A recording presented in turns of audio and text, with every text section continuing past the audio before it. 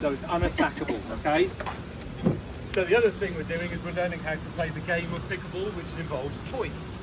So what I'm going to try and remember to do every time towards the end of a session is put this into practice. So we're just going to play some little points now. So is that where you start? This way maybe? Right, so nice easy feed. We can hit the ball anywhere in the other half of the court, so I can hit it there if I want to. I can hit it hard if I want to, but it has to go diagonal and it has to go opposite the court. But we're playing proper points, so I'm one up already.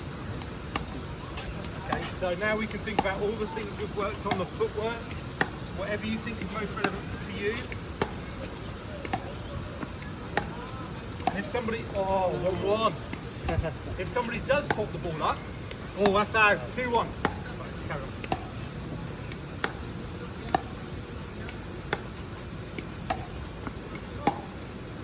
You can smack it. Okay. All right. So remember, what we're trying to do is make it unattackable. But if somebody doesn't do it successfully, now you're there. And that will bring us nicely on to what we do this afternoon, which is going to be still at the net, but maybe a little bit harder. Right. So go find a court, play for literally 2 minutes. And tennis, and any racket sport, and e-sport probably, about how much they're actually going to warm up before they play. Right? We have the ideal thing you should do, and I think we need to also understand that very few people want to do that ideal because you end up spending so much time warming up and warming down and all that stuff. So what I've done is shortcut it, combined it with breathing, and sort of hit the major parts of the warm-up that I think you need as a pickleball player. Now, I think the problem with warm-up is most people, if you think of warm-up, it's like, oh, I'm warm, I'm okay. What I like to think is mental preparation to focus and be on the court while making myself faster, be able to get lower, and be able to recover better. Not warm-up. So I'm going to teach you a warm-up breath. You can use this to warm up your respiratory system, to prepare yourself to play mentally and physically. Also to recover faster once you've finished playing, and also between matches if you're at a tournament to calm yourself down, reduce panic, also helps with asthma symptoms. If you have any of those things, this can help. You want to give it a go? Yeah. Alright, cool. So all you need to do is you can sit down or stand up, really don't mind, whatever you feel comfortable with. I'll show you how to do it first of all. So I'm going to breathe in through my nose, I'll breathe out through my nose. Once all the air's gone, I'm going to hold my breath for 5, 4, 3, 2, 1 seconds. Breathe back into my nose, which is going to accelerate the nitric oxide, along with the carbon dioxide I've just built up, which will unlock my cells and let the oxygen where it needs to go very quickly. You cannot take more oxygen into your body. Your cells are already between 95 and 99 oxygenated all the time. So going does not get more oxygen in. What you need to do is unlock the cells to let the oxygen out in a more efficient way. That's what we're doing. So when I say start to breathe in through your nose and out through your nose with as little effort as possible. That's it, just normal, nice nasal breath. Then check your attitude. And what I mean by attitude is very specific in the work I do. It means, is there an attitude of waiting? Is there an attitude of expectation? Is there an attitude of impress me? Is there an attitude of, I hope this works? Like, what's the theme that's behind what's going on right now? And then see if you can just drop it, like you would drop a towel on the floor. Just drop it. So there you go. Just focus on the in and the out breath. Whatever rhythm you're at is absolutely fine for today. So, breathe in through the nose now, deliberately. Breathe out. Hold your breath for 5, 4, 3, 2, 1. Go back to nose breathing. If you find the 5 seconds is too long, you can reduce it to 2 seconds, 3 seconds, 4 seconds, whatever you feel comfortable. We're going to do about 3 breaths like this, just nice and natural. If you take 4 or 5, I don't mind.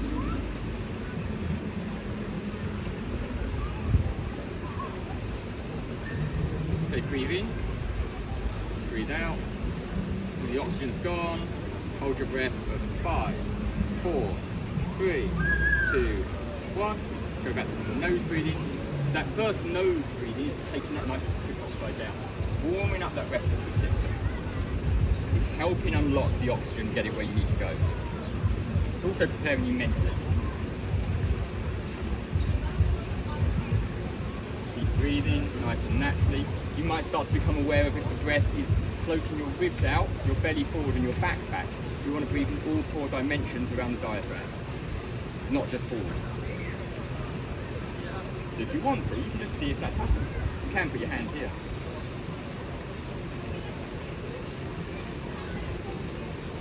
If it's not, don't worry about it. Totally fine. Just let me know afterwards and I can help. Okay, breathe into your nose. Breathe out. Hold your breath for 5, 4, 3, 2, 1. Go back to normal nose breathing. You can do one more round, but you're going to do it on your own now. Think you got it? Okay, so whenever you're ready, after about 3 breaths, breathe into nose, breathe out, hold for 5 seconds. Whenever you want at your speed.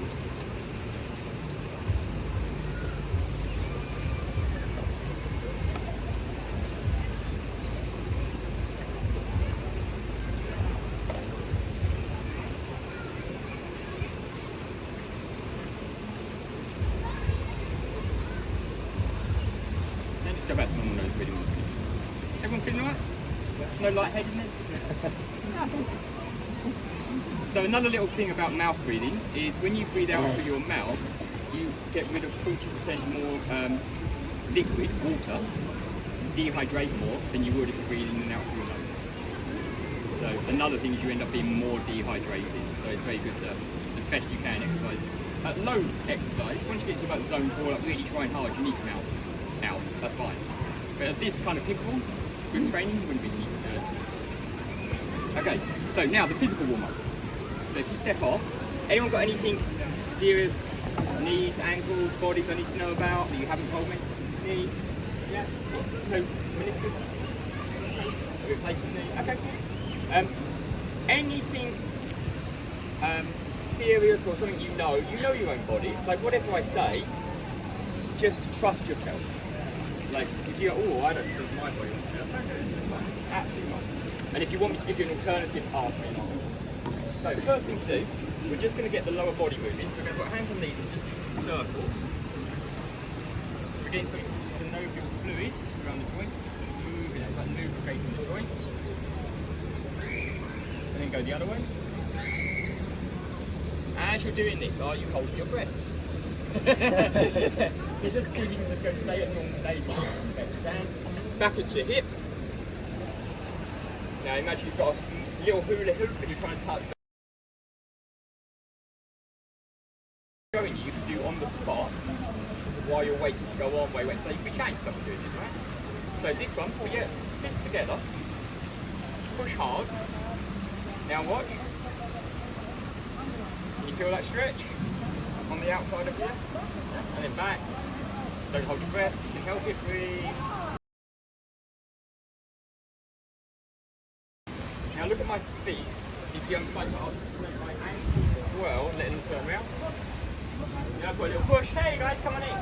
We've got these two lovelies, Janice and Andy, are going to join us to make up our numbers today.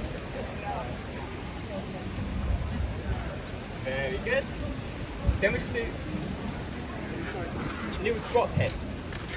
So, I want you to just do a squat, so feet outside hips, and then do a squat and just make a note of when you're here, how low did you just go without effort? Like, where did you get to? Okay, so just be aware of that, right? Good. Now, can I pull your... I want everyone to stare at this symbol on here and do this as you're staring, about 20 seconds. You see it? When you're staring at this kind of small object here, you're going bounce up, down, bounce, bounce, not up, not 2 feet, 2 feet. 10, 9, 8, 7, 6, 5, 4, 3, 2, 1. Now squat. Did you go lower? Easier or harder? A bit easier? A little bit. In front of someone. Wider legs. Now try. Can you feel it under this part of your body? Yeah, and someone grabs your hips and pulls them backwards, so you feel a stretch in that right leg. Can you feel it? While keeping your back straight. Now imagine you're herding cats. Good. And then we're going to change legs. Someone grabs your hips, back straight, pull your hips back, herd the cat, then change legs. Herd the cat. And each time you might be able to go a little bit more closer to the ground.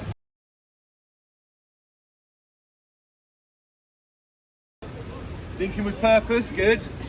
What were some of the technical points? We only had 2, maybe 3. Footwork. So the different footwork patterns we worked on. Chasse, yeah. Pivot. Paddle out in front, so always seeing your paddle and getting low. So here's what we're going to do. Just have a go now. Get your finger and point it.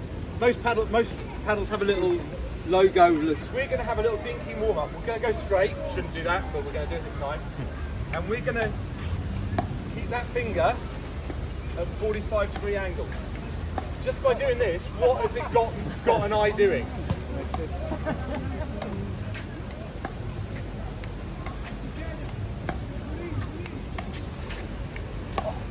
Do you notice how low we're getting to the ball?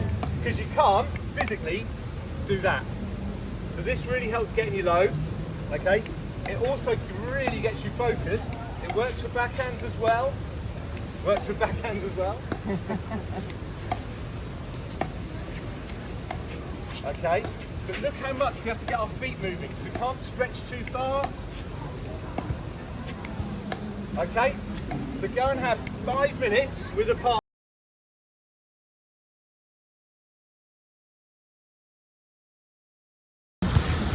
And push the ball from here. I noticed when you were doing a bit of a demo we were doing that. You don't see many of the really top players. If you watch a bit of the YouTube from the States, you'll see people drop their paddle heads, but they'll use it to generate a little bit of spin. So when they actually make contact with the ball, their paddle is generally sort of horizontal rather than down. This really helps because as soon as you do that, your finger isn't like that anymore, it tends to drop. So what we're doing is encouraging you to get low so that you're always getting your paddle in a fairly sort of horizontal position, which works really well. Especially when we do what we're going to do next. Now there's 1 or 2 of you here that are particularly good at this anyway, but we're going to think about taking the ball out of the air. Okay? Because we're going to be building up to hitting some real fast hand spits later. We'll go diagonal, we'll go cross court for this, but we can dink, and we've got various options. We can let everything bounce if we want. We can use that pivot to let everything bounce. But there might be the opportunity to take balls out of the air like that. Good demo, that's very good. But you've got various options with that. It used to be, imagine sort of 6 inches below the net and 6 inches above the net. Anything that was more lower than 6 inches above the net, you'd tend to let bounce and get the back. Anything in the middle, or the back here somewhere, you can take it out of the air. If it's up here, you can take it out of the air, but you can do a hell of a lot more with the balls that are up here. So, why is it a good idea to take a ball out of the air from this height, from that height? Does it help? Can I attack it? Remember, a dink is an unattackable shot, a shot that. So if we try it, can I attack that ball? No. But what am I doing by taking the ball out of the air over there? I'm giving him less time. So we're taking a time away from our opponents. Okay? So when I'm hitting, I think about this in a slightly different way. I think, can I nail this next shot? So as soon as it comes off his paddle, I'm thinking, can I destroy it? If I can't, can I take it out of the air and give him less time? If I can't, then I let it bounce and just dink him. I say just dink with purpose. Okay? So will we have a little rally now? No, can't do anything with that. Oh, that was a nasty little thing, wasn't it? So, yep. So I can't attack that. I don't want to get that. I can attack that one. Oh, that was great. Look at him. Attack. This is why you don't speed up the cross court, okay, with lots of time. Do another one. Can I attack? No, but I'm going to try and take it out of the air. So I want you to have a little think about what the trigger is for you. So these, not bad. Oh my God. So all that bending your knees really makes a difference now. Okay. Does what I've just said make sense? So try and think. As soon as it leaves its paddle, is it attackable? If not, can I take it out of the air? If not, let it bounce and do a purposeful dink back to one of the spots and then do it all again. Alright? Go have 3 or 4 minutes going one direction.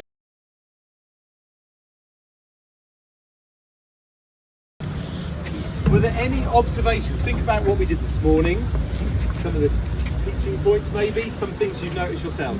Anything you thought, oh, I did that really well, or somebody on my court did this really well? Start off with? Doing a long shot down the middle. Say that again? Doing a long shot down the middle. Okay. Like So- through the middle hit. So Yeah. pushing the ball through the middle. Of the two. Okay, that's an interesting one. Good. Natalie was really getting down. Good. Nice. I saw you hit some incredible cuts like yeah. Switching hands, all that stuff. You're all over the place. It was great. Does that mean she's got great hands or bad feet? Well, being It's positive. because I had 2 hip replacements. Ah, so I so can't you twist too can- much. I love that. Sometimes I do that, so I don't twist. Your hands are great. No, really good. Okay. Anything that you thought you could have done better? Breathing. Breathing. Did anybody remember the grieving? No, on and off. Interesting that you seem to have some awareness of it. That's the start. Yeah. That's awesome. Even if you just notice you didn't breathe, that's awesome. We'll build on it tomorrow and you will start. But reviewing what you do in practice is really important. And when you play points like that, just going away thinking about it is such an important part of getting better. May I add just Go on then, yeah. So the 3 questions I use with all my clients are the 3 questions one of the best mindset coaches in the world uses. Like he works with the American Olympic team, the Japanese Olympic team, 2 other Olympic teams. He works with a load of Olympians. Like the guy's a genius.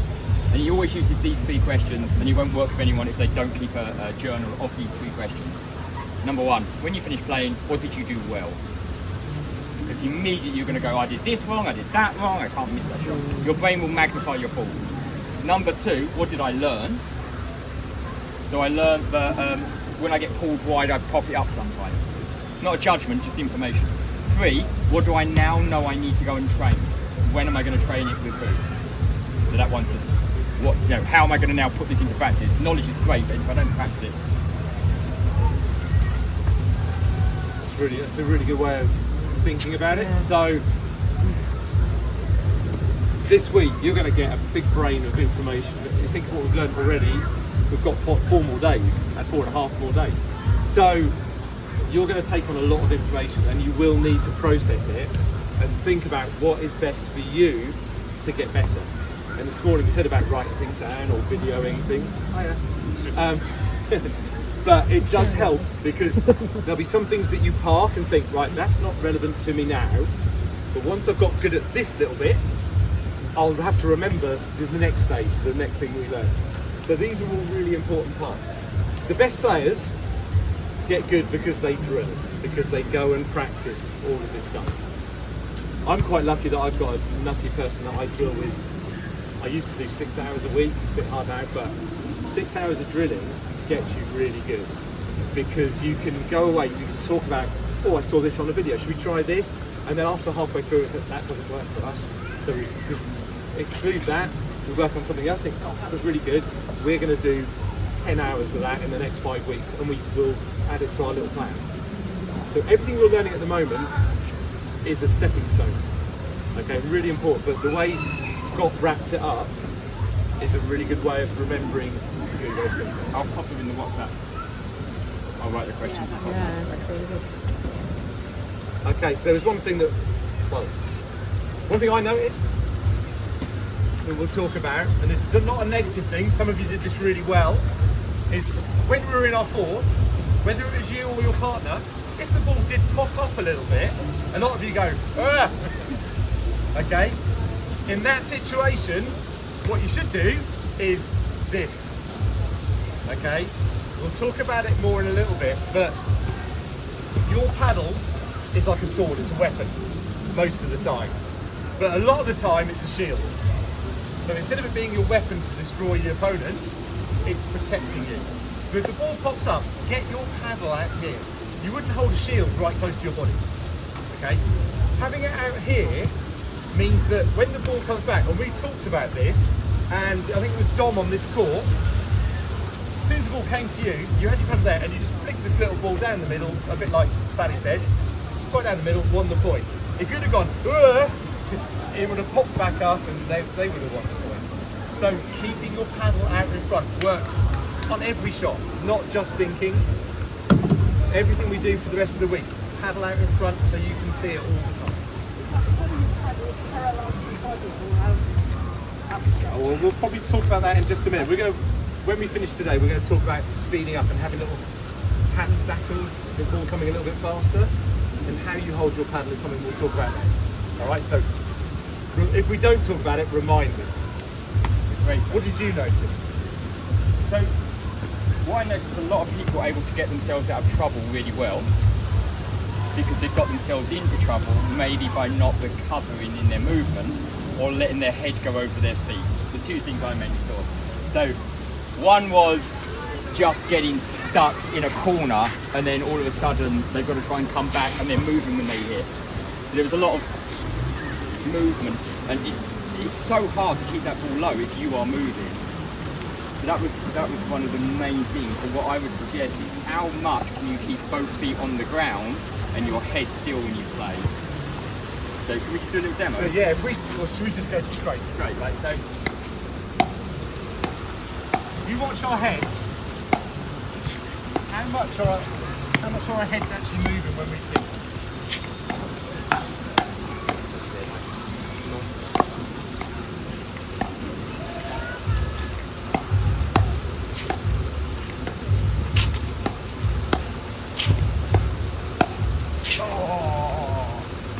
How much are they moving? Not much. I remember a thing from tennis. My coach always saying to me, stick your tennis racket where your chin is, and then as soon as you start a point, get down like this, so your racket is now above your head, and stay like this. So everything you do, you hit that low, and keep your head level all the time. you think about it from a calibration of your brain. Your brain is doing very complex equations. How far is the ball? How did I hit it? What's my body position? How much of my weight force is going in one direction? It's happening so fast. Does that make sense? It's got to then calculate all that to your muscles of how much do I tense? How much do I loosen? So if every shot you hit, you were on a different position, your brain's trying to do some really complex equations to get the ball to do exactly the same thing. Whereas here, because my body's relatively the same each time, the calculation is much easier of how much pressure do I put. So you can see I could volley almost the same each one. Does that make sense? Like, it's not like just an abstract, you should stay still. It's literally your brain will make better equations more often, the more everything is regular. So we want you to go and practice this. So we're going to do this drill, straight on. Right, but we're going to move on now, aren't we? Yeah, So, we're going to go do some aggressive. Yeah, So here we go. we're going to go dink. We're going to see exactly what we can. I take this out of the air? And on every shot, we're looking to, am I going to attack? Am I going to be attacked? Reset. Yeah? We just want to give it just a couple of minutes to work.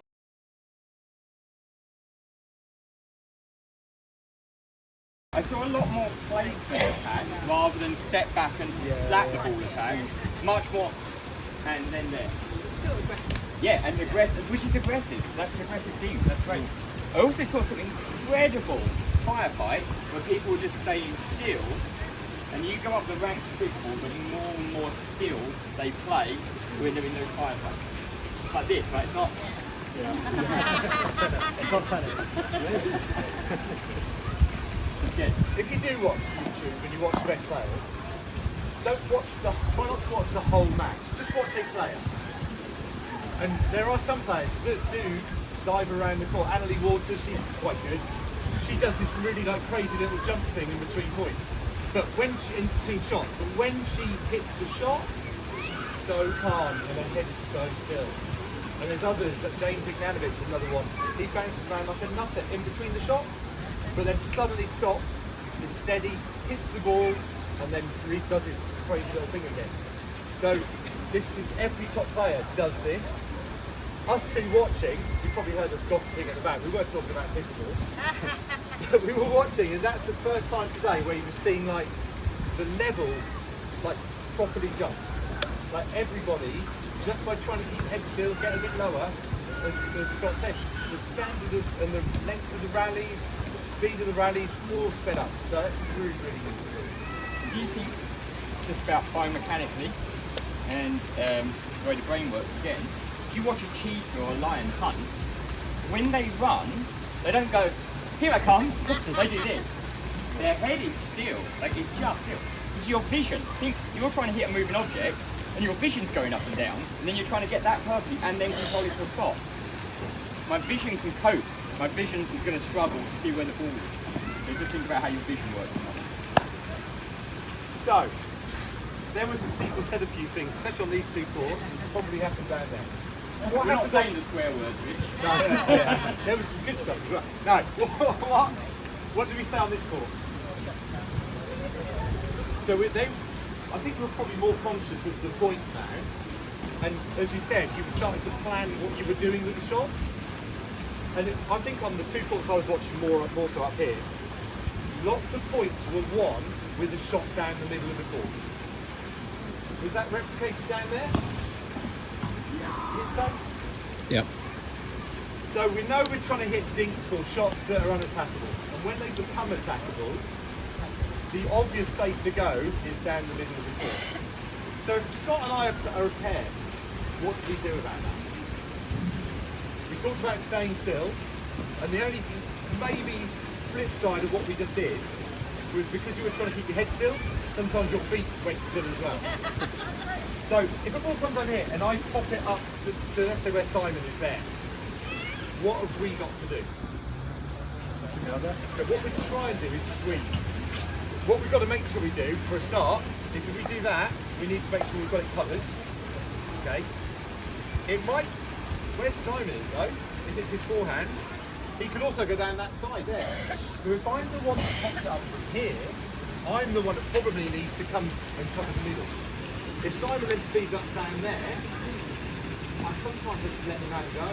Give him a bit of a target.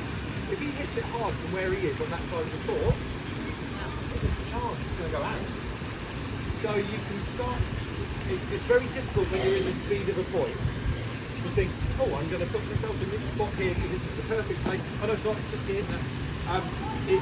As you play, you start to understand more about what you should cover and what you shouldn't.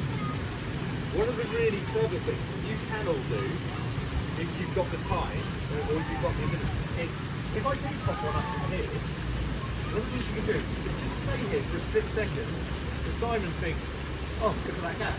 And then as he gets ready to hit the ball, come across. It's called ghosting. It means you don't go and cover the space straight away, you show them a space, you can then fill it. Okay, and that wins a lot. Us guys, Long came along, we were hitting earlier, and sometimes I'll creep across to show them a nice gap down there, knowing full well Dom is not going to help himself. He's young, he's like full of, he wants to go for the big glory shot. I know he's going to go down there, so I can pretty much just put the paddle there and shut my eyes. I know he's going to do it. But I showed him the gap. You show him the gap, and then film it. And that's quite a nice thing to try and do if you get the chance. And you'll play points where you don't do it and you thought, that was my chance to do that. And then one day you'll do it. And you'll think, that was really good. And then you'll do it twice, and then 4 times in the next one. So there are little things about court presence and where you are as a team on the court that makes a big difference.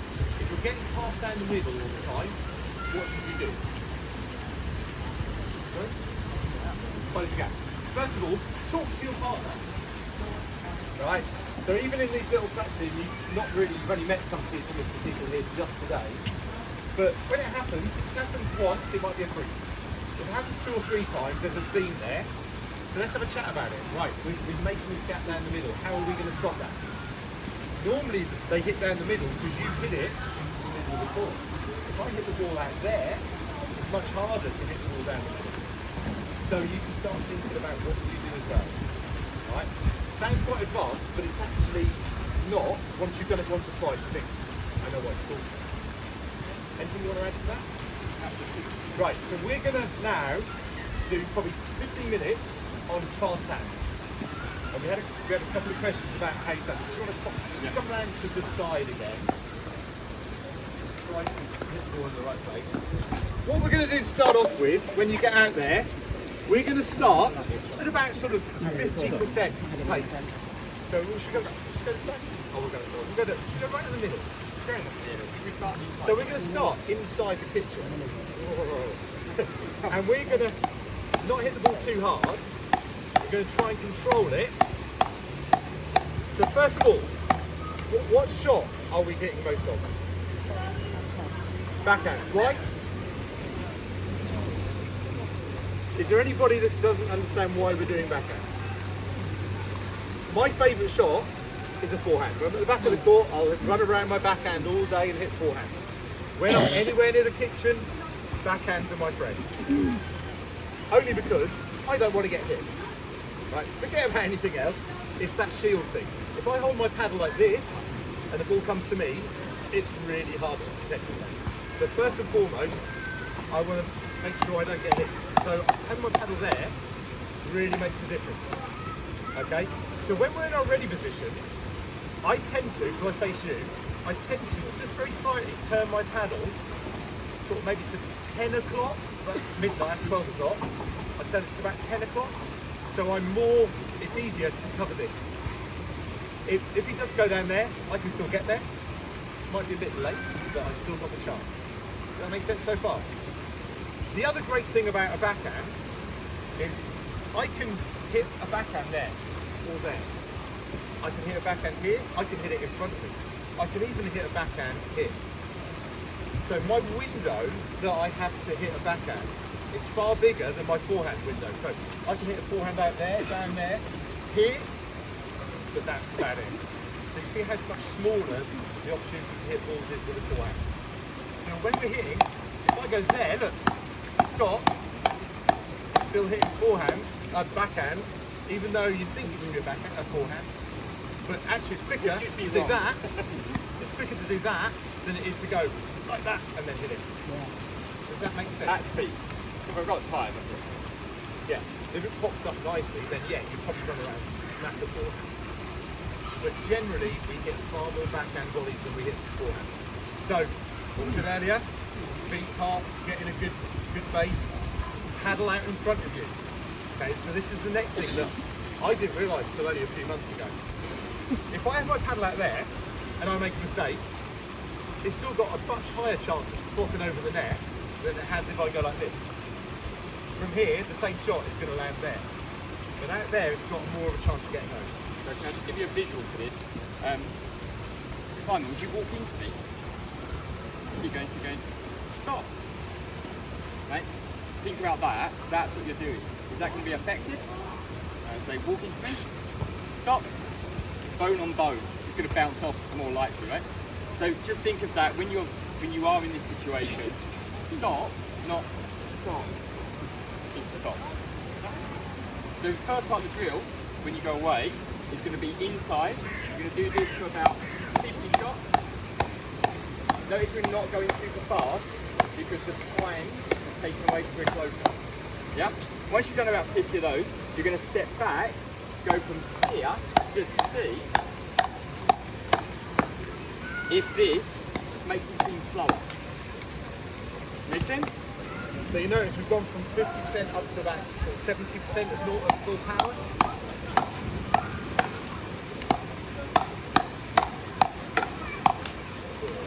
So I'm down, we're down. Head is still. Bum, bum, bum. That's your drill. Going to give you about 5 minutes on this. Shake your arm out in between because it's going to get a bit tight. So inside, about 50. Outside, about 50. Shake out your arm. Then don't come back in, just stay here from then on. Then just go bum, bum, bum. These are the kind of drills that will pay off in the long run and we want you to go home and know that this is how you're going to increase your speed. A wall is super effective for this. I do this on walls, Rich does this on walls. It's really, really good. All the best players do it. It's the only way that you're going to really be able to do it is experience. You can think all the things you need to think, and you need to go and do it. Cool? Alter your grip. Up, it makes you faster. So what was the question? Do I alter my grip? Alter the grip. No, what I normally do is... You want something that, so I tend to think you can feel, you want a grip that you can hit that, you can hit that, you can hit low there and low there. You're not going to have time to change the grip here. We're going to come round and we'll check the grips as you go in as well. So don't worry, it's a really We'll only good check question. it. If it looks weird, we might skip it. But if it works, it works. If we don't come and see you, then it's awesome. Alright, cool. So, can you find someone you don't know or haven't been with yet?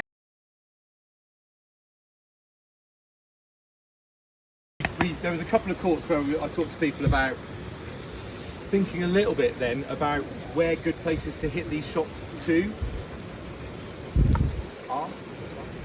So, Scott, we're gonna move on, but this is something to think about if you get a chance from playing. We go this one. Oh.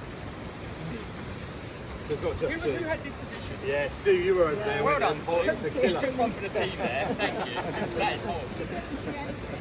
No. You did well. Where are good places to actually hit these shots to? If you get a speed up, what works? Wrong leg. The wrong leg. The wrong leg. Well, whichever hand you are, the other hand, the other leg. So for me, here. His left leg, his left foot. Okay, so think about if you hit the ball to me and I like this. Okay, maybe not then. His left foot. Is that Right, here. that is Okay. probably Yeah, chicken wings. chicken wing to some extent. It used to be a massive thing. Have you all heard of the chicken wing? Getting people to do this. Yeah, Okay, it is still a thing. What seems to happen quite a lot, especially sort of as you get better and hit the ball harder, paddles have a lot of pop on them now. If someone smacks a ball at here, I don't do that. I do this and let it go out. So it doesn't actually happen that often now, does it? No. Because in the olden days with old wooden paddles or whatever, you hit them up this high and it would still go in. So generally, what I tend to do when I have someone hitting the ball quite hard, I hit balls here. Anything that's going higher than my paddle, I just let go. So it is a thing, but it's not so much of a thing now. Does that make sense? So going for someone's shoulder, especially if they're a little quite tall, if you're playing a little dinky person, that's fine.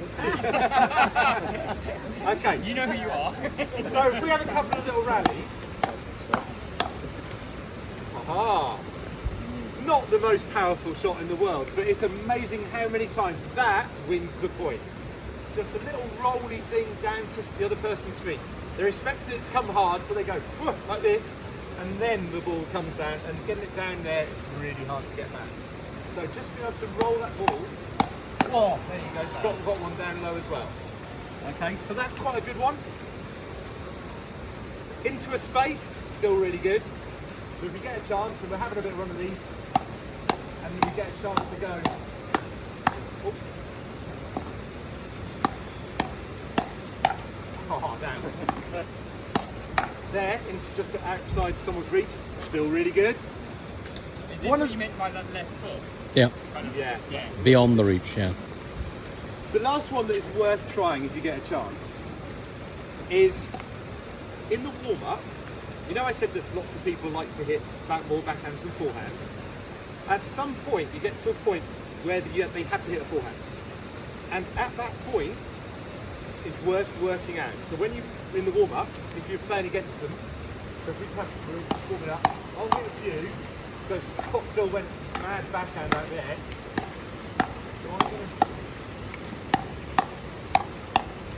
And there's a point where he's starting to get a little bit weaker. And here he was fine. Here he was fine. Out there he started to hit it up a little bit. So that was probably 14 inches outside his hip. This is not a sexist thing, but men seem to hit more of them than ladies. When I play mixed, the ladies generally opposite me. It sounds really horrible, but if I hit a ball straight to the person, somewhere just outside their hip, seems to be the point they want to hit a forehand. Okay? So work it out in the warm-up. Work out what that angle is, what that line is. And then when you play a match, and we're ready for it, that space, he wasn't sure whether to go forehand or backhand, and it was too late. So there's lots of little tricks you can pick up. You might not be able to do them all today, but it's worth thinking about all these different things. Any questions about that? There are loads more. Not straight at the head though. Okay? And remember, you're always about to be attacked, you're always going to attack. So if Rich speeds up on me, he's then thinking he's going to then be attacked immediately afterwards. So he's not just going, I've won the point, he's going, oh, where's the next shot? He's looking to attack again, or defend again. Don't just think just because you hit the ball hard or hit to a good spot, it's not coming back. Always expect it back. And we'll talk about that more in the week, about where it will come back from. We'll layer stuff in. So don't worry, if today seems a lot, we will go back over and layer something else in. So we want you to go and play a game now and see what comes out. It's so important to just go and do and integrate. You're allowed to choose one thing that you've done today. One and only one to consciously think of. I don't really think, okay, I've got head skill, balance, arm and kick. Now, where are my targets? I'm going to go here. You won't be able to play. So just choose one. Is it going to be trying to keep still on both feet on the ground? Is it about, okay, I'm going to look for gaps in the middle? Is it, I'm going to really practice moving with my partner? Whatever it is, that's your one conscious thing. Let go of everything. Have some fun. Do you want to put them into double? So yeah, tell you what we're going to do. Yes.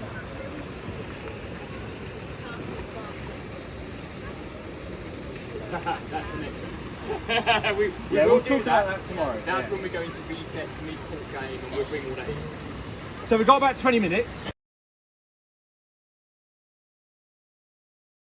One of the key things I'm going to really try and emphasise with all of you is I want you to notice the voice in your head.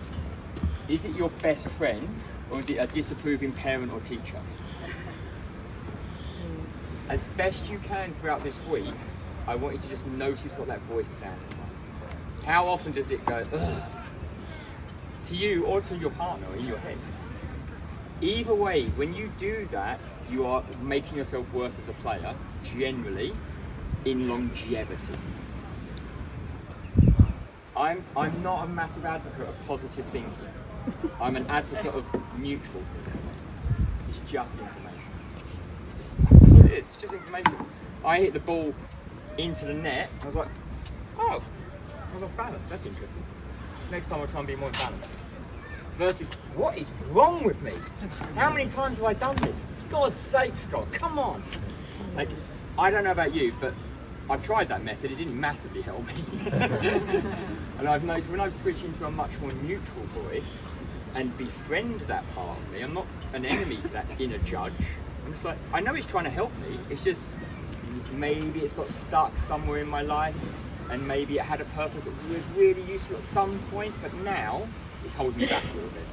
And my voice is now quite lovely to me most of the time. It's very quite, it's like, nice one, Scott. You really tried well there. Off you go. It's lovely. You can change it, but you've got to start with awareness first of all. Make sense? I think you've done phenomenally well today. You've flown in, you've concentrated, you've paid attention, you've been willing to give things a go. It's been lovely, and you've interacted really nicely with each other, and I can't be more happy with how you are all performing on the court from what we've seen. Do you say the same? Yes, absolutely. That really has been a difference. Like, we don't always say this. Honestly, I don't always say this. I've actually seen people really, in the first session, shift into like balance and head still. So if there's only one thing you take away from everything we talk about, nothing's going to make you a better player than stability and balance when you're playing. I guarantee, if you went for tomorrow, the next few days, and you just did an analysis, why did I miss that shot? 90% of the time was, I was moving. Rather than, you'll see it, right? You can see in good players, there's stability. Even if they're in the air, there's a kind of stability to the shot. They're not off balance. Does that make sense? Not naming any names. So, Rich, you want to add anything? No, I'm just interested. Who's absolutely shattered? Who could play for another 2 hours? Oh, I don't know. That's a good thing. We haven't done that. You're going to work them harder tomorrow. You shouldn't have said that. No, well done. So it's tough the first day. We kind of eased you in the dinking game. I never apologise for doing too much dinking because it's so important that you get and what we've done today is set in the fundamentals of formal shots. We talked about taking the ball out in front, head still, the footwork patterns. All of those things transfer into pretty much every other shot we're going to do the rest of the week. So it's so much easier to do it within dinking now because we can then say transfer them in the next few days. But really, really good. So tomorrow morning we are here at 9.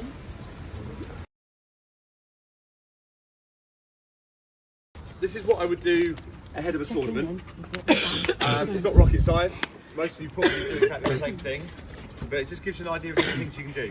The thing is, when you play tournaments, what tends to happen is that you'll have a referee or an umpire or whatever, and they'll say, "You've got 2 minutes."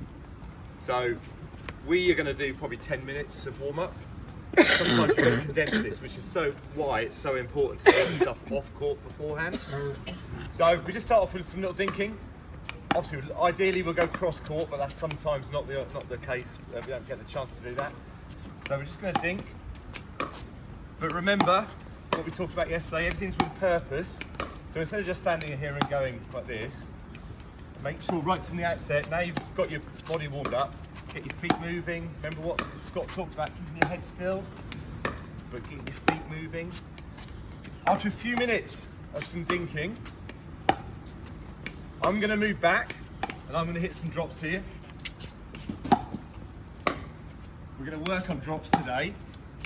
So yesterday everything was about being at the net. Today everything's going to be about what you do at the back of the court. So we're just going to hit some drops. It might look as though I'm the one getting all the practice, but Dom's got a really important job. Because obviously when you play matches, someone's going to be dropping the ball at you, so you get to practice. So you can practice roll volleys, anything that's high, you can punch a little bit more. The more realistic Dom makes it, the more realistic it is for me. So after a minute or two of this, I'm going to stop now because they're probably the best. So if Dom's dropping, I could actually be quite aggressive if I want to be, unless he does shots like that. There we go, look at this. So my job is to try and get the ball to the back of the court. If he's hitting these amazing drops, anything that's a bit higher, I can give it a bit more of a punch. Okay, so there's no rocket science just yet. Then come in. Very rarely do I actually hit drive to drive at the back of the court. Doesn't really happen in pickleball very much. If you're a singles player, 1, you're a nutter. 2, if you're playing singles, yes, you would hit some balls at the back of the court to each other, forehands and backhands. We don't really do much of that. So now we'll start off a little bit cooperatively, just like we did yesterday.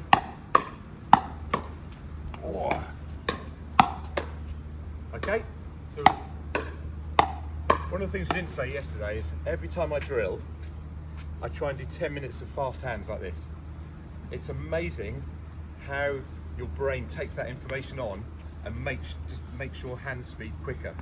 Apparently this, you probably know a bit more about this than me, but from the age of something like 10 or 11, you can't improve your reactions.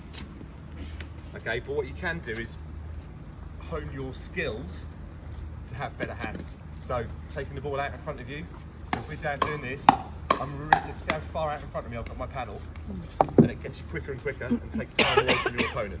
Okay, so we'll do some fast hands, and then what I like to do before we start playing points is something that gets your brain working as well.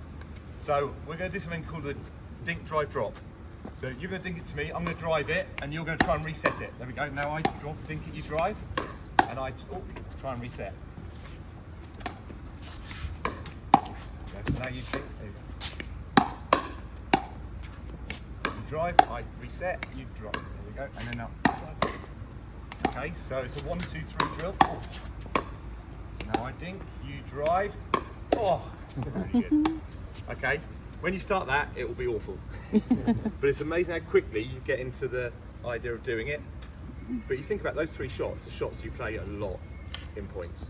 So that's one example. There's other things you can do. You might even just play a few little points to each other. Sometimes, if you've got time, we might go cross court and hit a few balls cross court.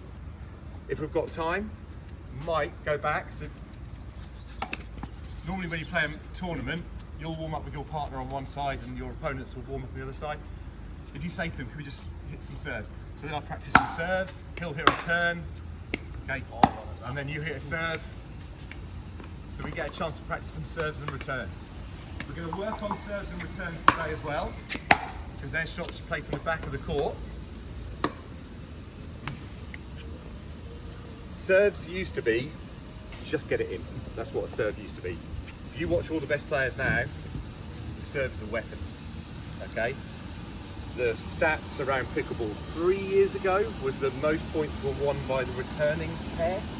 Now, it's about 50-50, because the serve is so strong, it's much harder to get a good, decent, deep return to be able to come in on. So, we're going to do the same today. We're going to really work on nailing our serves. So, that is going to take us about 10 minutes. I'd say it's not rocket science, but it's practicing everything we need to do to be ready to play properly. Any questions about that? All good? Should we just reinforce just the sequence that you're going to work, just so you can remember it? Yeah, gosh. So, what was the first thing we did? What was the first drill we did? Warm up. So a little bit of dinking, then Dropping, drop shots. then the drops, Yeah. practicing rolls, keeping it deep. Then they switched. Then they came in, and this is the one that you're gonna. I can see you. This is the one. So it's gonna be. Yeah. So it's gonna be Dink. What does he do?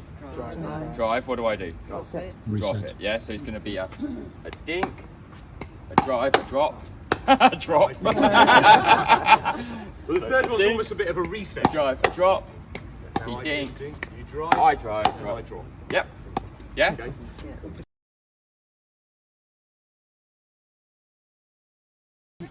Who thinks drops are hard? Yeah. Okay.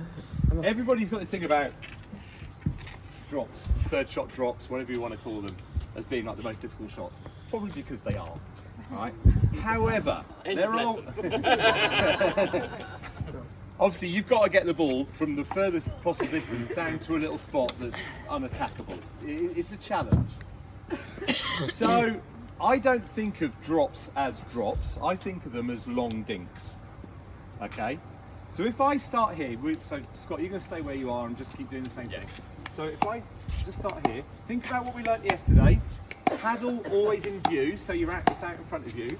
Getting low and pushing the ball away. Now if I take a couple of steps back and still keep dinking from here,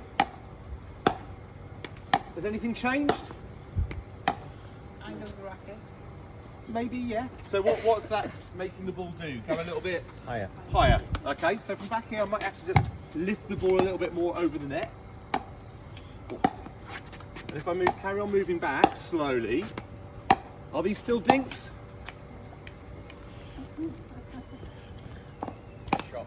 Okay, so from back here, I haven't really changed my technique. I've maybe just lifted the ball a little bit higher and extended my follow through. But really the shot is no different to what I was doing at the net, at the kitchen. And before you know it, you're hitting that dreaded drop without really knowing it. Does that sound sensible? So if you think about the drops being really difficult, you're automatically going to start tensing up.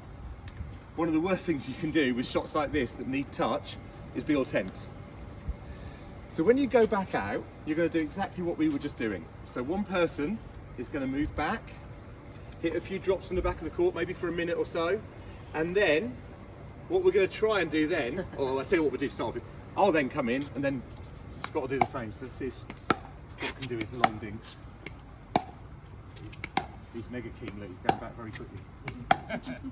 And so if you struggle at a certain point, there's no problem with just, if you want to just stay there and get used to how that feels, and then when you're feeling confident, you can start moving back a bit more. Okay, so you can hit now a minute or two at the back there, and then we can swap over again. Yeah? Yes. Just make a quick point. It's probably one for Scott. The thing I find hard about doing it from the back is the pressure, because your opponents are usually in at the net, and I'm thinking, oh, if I don't get this right, they're just going to kill the point. Okay, did you all hear that? Yeah. Okay, so if Scott's at the net, I'm at the back. Right. This. Oh, that was a good one. That was a good one. There. Just can't not hear a good one. That is really frustrating, isn't it? Because you've just lost the point. If I hit it a bit too high, well, that's still good. But if I get the ball a little bit higher, and Scott can actually take the ball out of the air, Pull both up. I'm still at the back of the court. I've still got time to recover and try again. Okay, he might be awesome and smack one past me. Doesn't happen that often. So if you do hit the ball a bit higher, that's not the end of the world. Okay, so when I'm back here, and if I hit one a bit higher, I just get really ready, try again. Oh, and it was a good one that time. Try and do that. Okay, so, that was a good one as well. But, so anything that's a bit higher, I can't do it. You can't do that. There we go. So I'm still ready. Oh, that was a bit better. Okay. All right, so there's no problem with hitting it a little bit high, as long as you get ready for the next shot. And the point here is, you lose 100% of the points that you hit in the net. Yeah. You might win some of the percentage you get over the net. What we'll do after we've actually had practice of this, actually, tell you what we can do. When you go out and you practice this, while you're out there, obviously think about the things we talked about. So paddle out in front, pushing the ball, as you move further back, longer follow through. They're the teaching points of this. But when you get used to it, have a think about, where do you hit these drops to? You know, where's a good place to hit them? What do you do after you hit a good drop? What do you do after you hit a bad drop? Now, these are things we can talk about and we can start adding into your games like this morning. Any questions about that? Anything you want to add, Scott? No, just bringing everything we did yesterday. It's all layered. Everything we're doing is layering on top of what we've already built. Stability, head steer. So when you're dropping, don't be like that, right? Just, you'll make that's a really, that's a really good point. You'll see a lot of people that do think they've got to lift the ball, so they lift it by doing this. And they were so good. But it's not consistent. If you do move your head, it's not great. Keep your head still and hit through the ball. Right.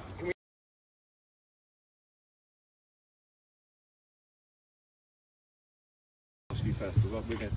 Scott, can you just explain what you were doing over there with your holding your paddle? Yeah, so I was putting my paddle around just in front of this line about here. Can you guess why I was putting my paddle here? Okay. Hit the ball over. So if I hit a drop from here and I try and get it over his paddle, and I don't think about anything else, if I can get the apex, the top of the Arc. flight, the arc, there you go, to be around here, at that sort of height, what happens after that looks after itself. So lots of different people have different things they think about, triggers, when they're hitting these drops. Some people will think about how it leaves their paddle and just think, well, if I hit it like this, the ball's going to go at that height, so it should go in. Some people think about what happens at the kitchen line. Some people think about trying to get it to be maybe a paddle height above the net when it goes over the net. Some people think about a spot on the court. So there's 4 different things you could think about when you're hitting your drop. Ideally, this is the really weird thing, ideally it wants to be the first one. Why? So when it leaves my paddle, if I know it's a good drop, The arc is finishing as soon. so everything else works. But it also means I know very, very soon what to do next. If I wait for it to bounce and think, oh, that was a good drop, I better run it. Oh, I'm too late. Okay. The crazy thing is, I think about spots all the time.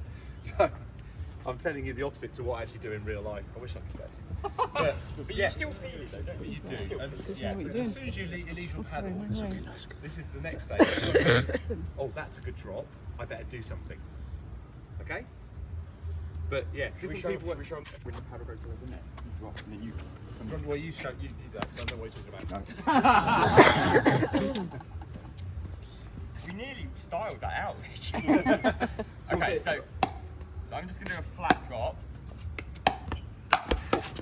Right? Because I saw his Tell me paddle, what he was doing. because I saw his paddle go below the net, I know what. It's going to pop up. He's going to have to, he might not pop, he's going to have to hit it up. He might not pop it up because mine's set up a little bit. But it means the ball is going to be coming up on me. So I probably want to think about, should I move forward? So if I see him do that, especially if he's going to touch the ground like low, I'm like, okay, the ball's going to come up. He's got two options.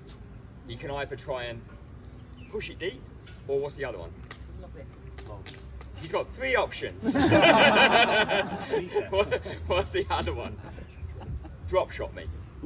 So especially if I haven't got amazing mobility, I need to be super aware that that's an easy drop shot. But if I'm coming in, so if I manage to get this off a flat trot, now I'm in, and then we can play. Right? And it's interesting listening to you guys talking. So Dom, you talked about you drive a lot. You don't drop until now. Now you're going to drop all the time. Thanks. Do you remember we always talk about doing everything with a purpose? What is the purpose of a drop? Slow the game down. It's a long dink. So what do you think the purpose of it is? Start thinking. Reset. What Stop did them attacking. stop the other person attacking? Okay, so hitting an unattackable shot. The only difference with a drop is that there's one added bit to that. Why do you think we are dropping the ball? They can't attack it, so that we can get to the net. Okay, so there's a whole other element to this. Our friend Rob, who you met yesterday, he talks about controlling space and time. He's not Doctor Who, he's like, but and this is one of the only things he says that makes sense to me. No, I'm joking, I didn't say that. No, but controlling time in this situation is really important. One of the other reasons I like hitting a loopy one that goes this high over the net and drops down to their feet is it gives me time to get to here. I'm quite lazy. If I'm like Dom and I drive the ball really hard, the ball's going to come back much quicker. So getting from there to a place where I'm going to win more points is really tricky. Luckily, Dom's a bit of a machine and he's fast, so he can probably get in. But I bet you there's times where he hits a drive, gets to about here, and then gets kind of stuck. Whereas rolling the ball allows you to get in right up to the kitchen to be able to win the point. Does that make sense? So drops is very much about controlling the tempo, controlling the time you've got. Okay, good. Drives. No, well, we're just going to talk about, you guys, where are good places to hit drops? So let's have, Natalie, do you want to come on court with Scott? And No. do you want to come on with me? Come on, Natalie. You're with me. Right, so let's pretend it's a third shot. So I've served. Actually, go to the back. I've served. You've hit it back to me. Okay. I hit my third shot, drop, long dink. What options have I got? Just show me. Stop. Sit that down. Rich will then hit each of these targets first time. Make them difficult. Oh, okay. That wasn't where I thought he was going. Okay.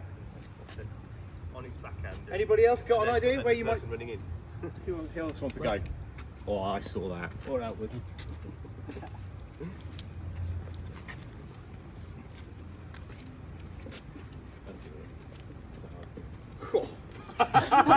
Sorry, Rich, I set you up on this one. No, I love the fact you're making me going to go to the lines. I'd maybe go in a foot. Anywhere else? Where else might we go? I saw you pointing. Here we go. Oh, goodness. Oh, all right. Anybody else? Is this a drop? This is the drop. So I'm on the backhand side. I'm hitting a drop. I beg your pardon. Oh, so Sorry. you wanna- Yeah, you wanna- yeah. Sorry. You want to scrap that No, one? no. I was on the next shop off. So where else might I drop to? Literally the other side. of the net. Yeah. Yeah, Dom, where? Which foot? Okay. So we're already getting lots of different ideas. They're all roughly the same depth. So if I now serve, you're going to hit the return back to me. Then you're going to come in, aren't you? Of course.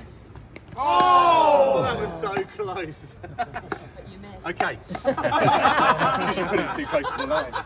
Okay. So, for me, when I play on the backhand side, 90% of my drops do go to that spot over there. Not quite as close to the line. But that gives me lots of options to what to do next. For a start, it means I can float it. So once I float it, and I can come in, and look where I've just come to. Am I in the middle of my court? No. So we're going to do the same thing. So I'm going to serve. We're going to, if I'm going to hit that spot, we're both going to run in. All right. So here we go.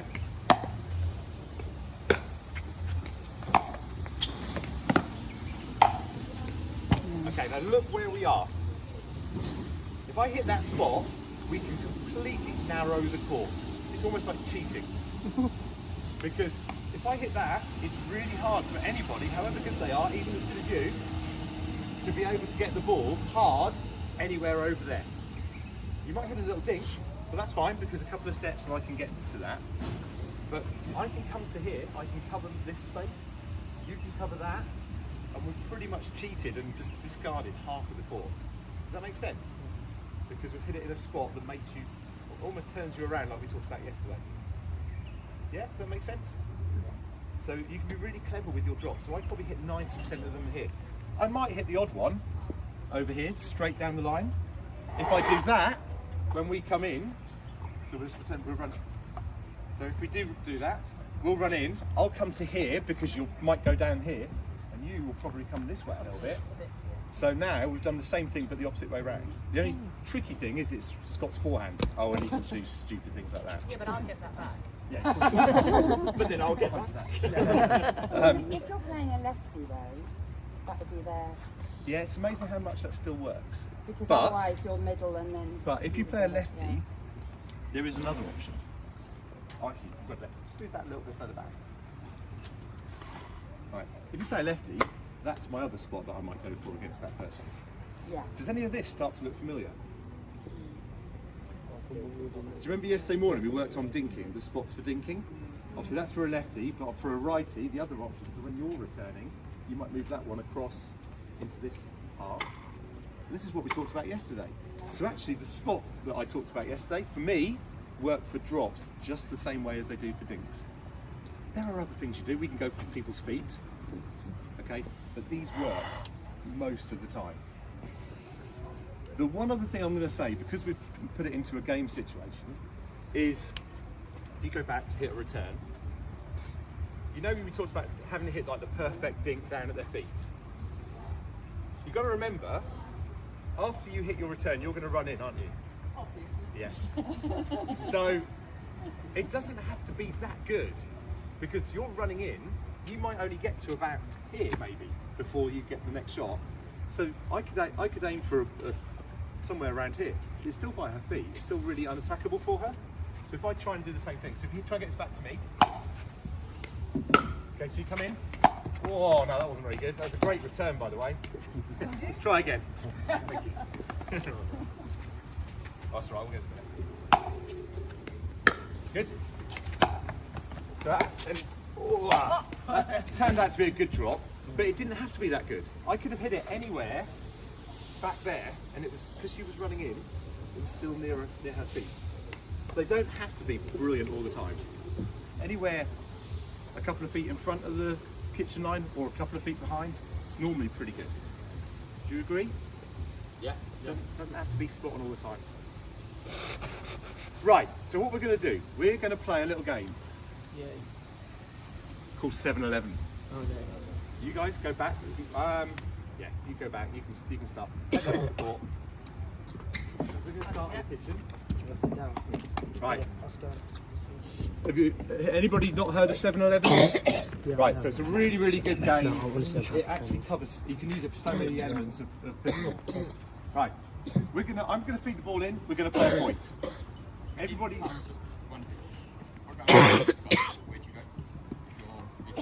Okay. All right. Did you hear that? So So if you come over here, if I'm on the right hand side, I serve to Scott and he returns and I hit my third shot, what are my options? Where do I hit the ball from this side? I talked about the left hand side. So from here, that isn't the worst thing in the world. His feet isn't the worst thing in the world. Somewhere down the middle, but kind of a little bit away from Natalie's forehand. So somewhere like that is not a bad place to hit it. And that isn't a bad place to hit it. So if I put a cone down for all those spots, it's the same as the dinking we did yesterday. So actually it doesn't really change. Does that make sense? Yeah, you all happy with that? Anyway, right, so we're going to show you this game now. Oh yeah, thank you. Right, so I'm going to feed the ball in, we're just going to play a point now. You can do whatever we want. Obviously, ideally, we want to see these two trying to do some drops. Who should win this point? Us, because we've got the dominance, we're at the kitchen, in whatever level, whether you're 3-0, 3-5, 4-0, 4-5, 70-ish% of all the points are won by the pair that get to the kitchen, or have established the kitchen. So we should win most 70% of the points. So we've got to win 11 points to win this match. You two, much more tricky. So you've only got to win 7 points to win this match. That's why it's called 7-11. And 7-11 is about 70% difference between the two scores. So, let's beat the ball in, and we off we go. In. Oh, no. Oh, good drop there, by the way. Right, so it's 1. And then we'll mix up a little bit. So we'll go this way this time. Oh, unlucky, right, 2-0. In. Oh, that's a great drop. Really good. So that's 1-2. In. I got it. Go. Are you allowed to? You can You do. said, am I allowed to volley it though before the third? As soon as we feed the ball in, You it's can just volley, it's yeah, not like dude, when no, you're playing no, no, games. no, no, no. That's a great point. Yeah, very good point. Right, so we understand the game. Yeah.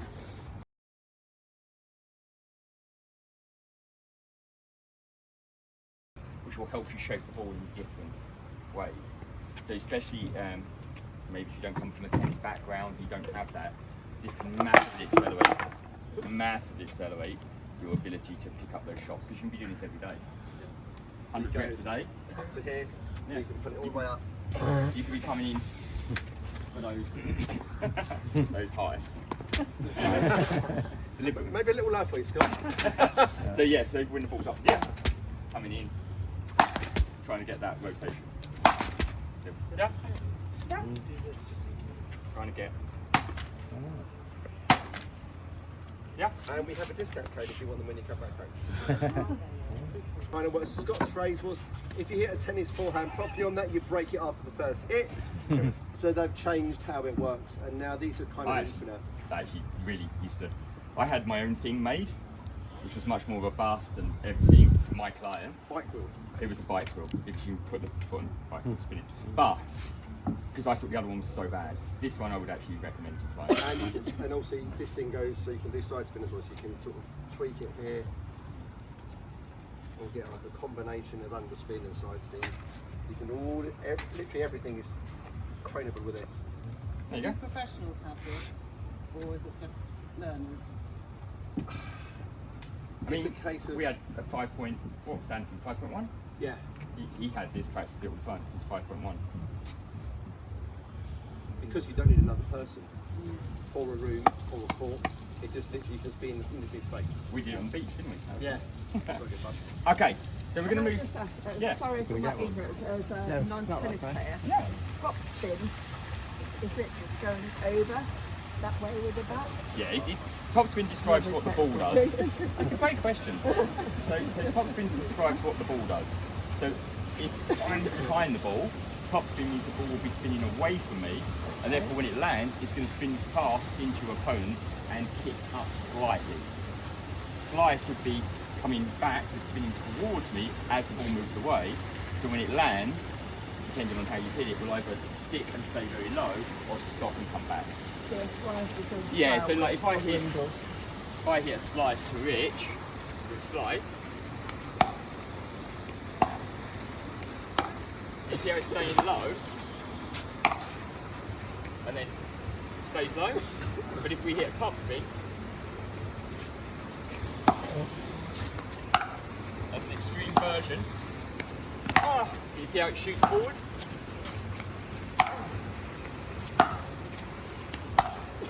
And then it dips in the court at the last minute, if you're lucky. So you can like do that, and you can hit it hard and it comes down. So yeah, you're jumping with this. I know, it's great. I love it. It's really good.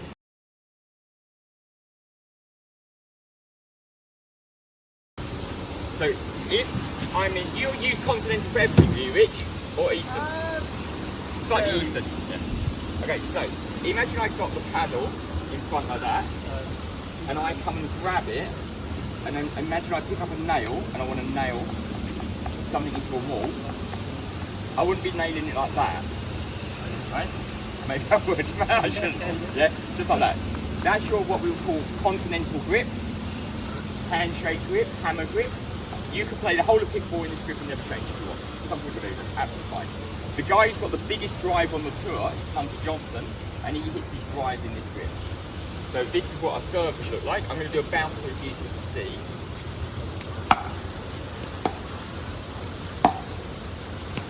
So I am creating topspin in this continental grip. Notice the paddle is only just getting underneath my wrist, and I'm coming over. Do you normally use that grip? Good, so that's what your shot will look like when you drive, if you look like this. So when you go away and practice this, I want one focus. I want you to finish with the paddle, but pointing down the court. If you had a watch on, you would see the time without having to change your head. It'd just be right there. Is that clear? If you want to do a slow motion one, don't hit the other person in the face. Just do that so you get the idea. What's the other one? Now I'm going to show you the other grip. Okay, so one thing. So I don't use that grip for drive. I use the grip where my first up was coming on the back, like I'm spanking the paddle. And notice there's, on all these grips, I would just separate my finger so it's a trigger. Now the way to do this is when I put my palm down, it faces the ground. You see that? There we go. This will create more top spin. Yeah, everyone's got it. Yeah, that's good. So that's the continental.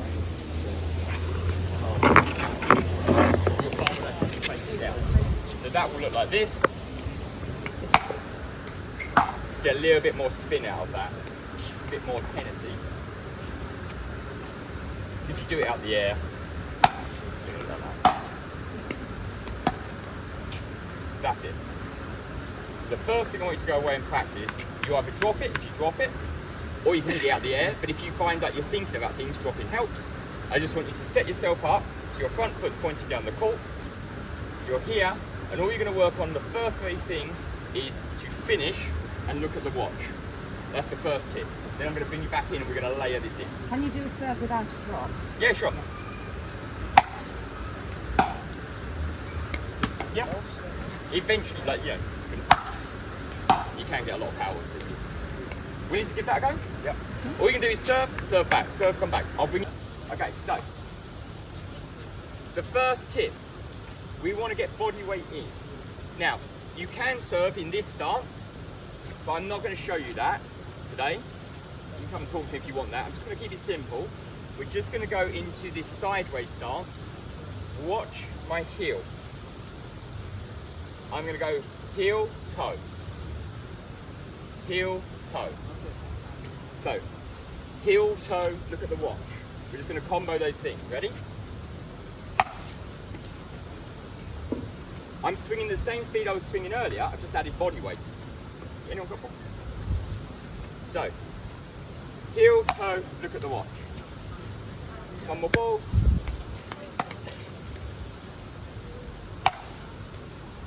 Yeah. Go give that a go. Had some of you have had some successes, some of you have had some, I'm not sure.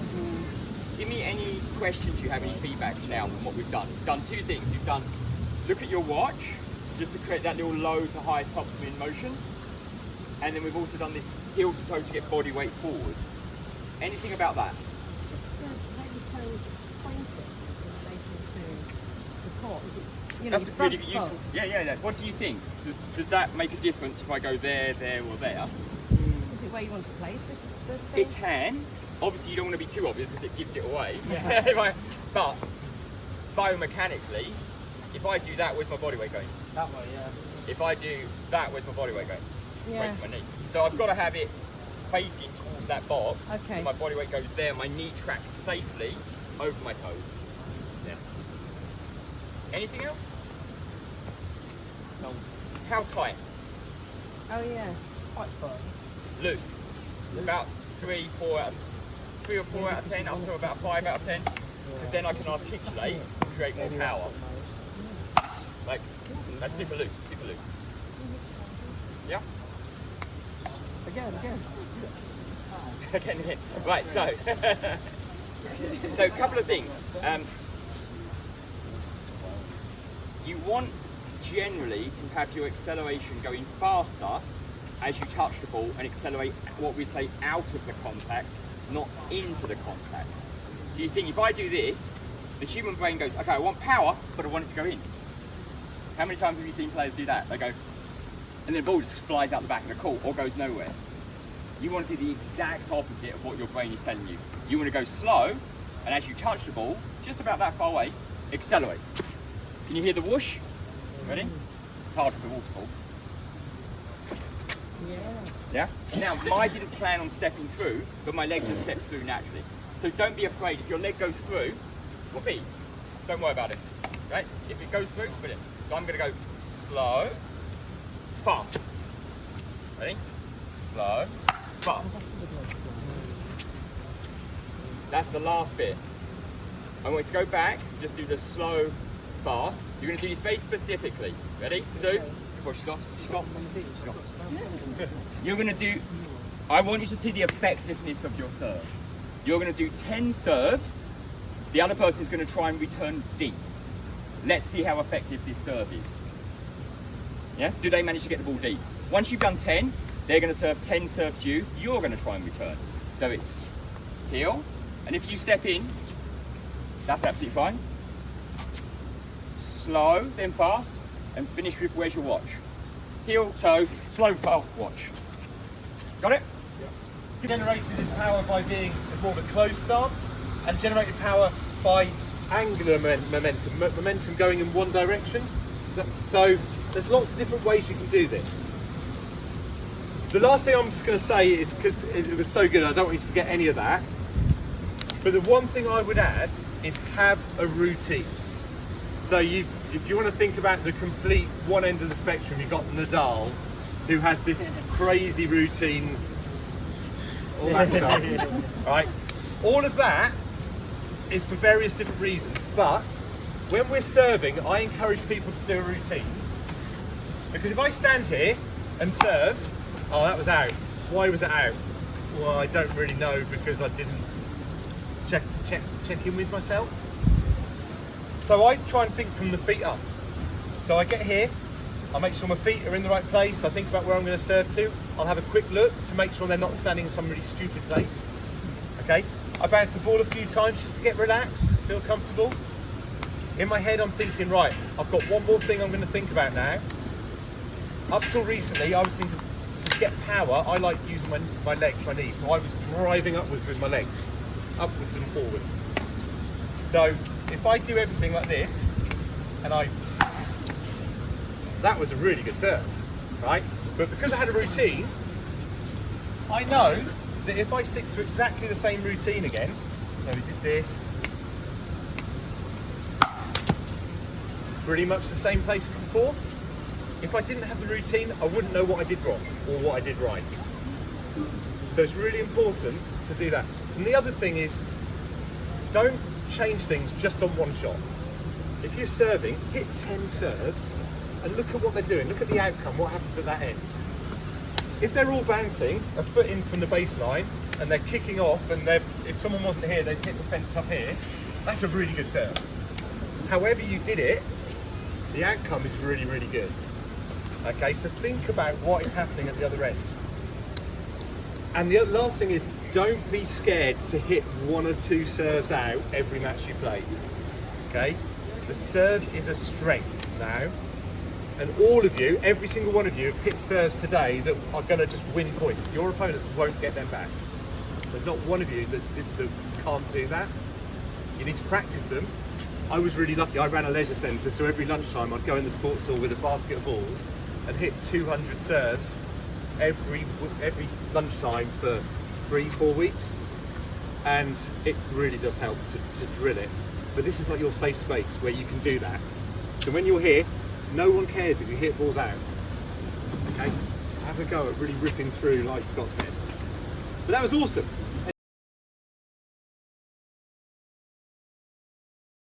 Ways of dealing with that. We all know that when you serve, you can't volley the next shot. So it keeps them at the back. So do you want to go down there? While he's disappearing, I don't want him to hear this because it's tactics, so no, I don't want him. So, different people do different things when they return serves. There's a bit of a theme though. Most people start a long way back, okay, and move into the ball. If you're here, especially the session straight after everybody's worked on demon serves, those serves that all bounce here with that top spin are so hard to get back. So, what I tend to do, I always touch the back fence. One of my reasons for doing that is it means I'm as back as far as I can be. And from here, as he starts to serve, I'll start to move in. For 2 reasons. The first one is, that moving in gives me a bit of momentum, so I don't have to wallop the ball quite as hard. I can almost push it back to him. And the second one is, my momentum is taking me up to the kitchen line. So if we just hit a couple. How do you want them? Normal serves.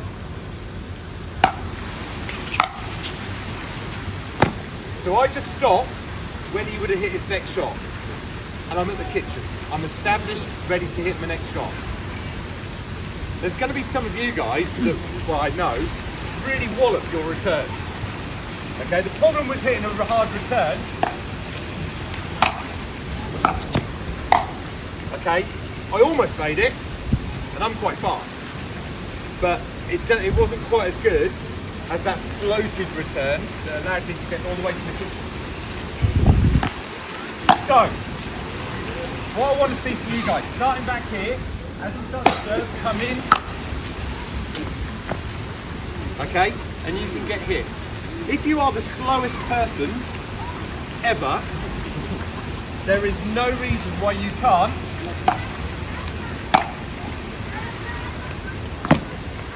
Okay, I walked and I managed to get here.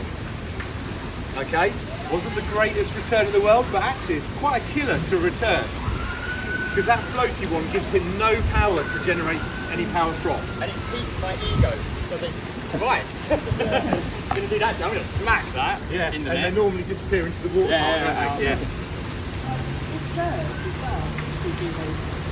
Yeah, so serves can work really well.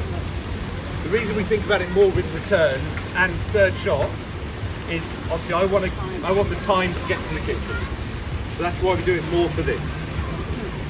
The one other thing I'll add now is a more of a tactical thing in terms of what we're playing. So Sue, so Scott, you go over there, hit a serve. So you're his partner, so you're going to be at the back of the court. That's right. Yes. Where do I return to? You've got Scott, very average. Sue, awesome.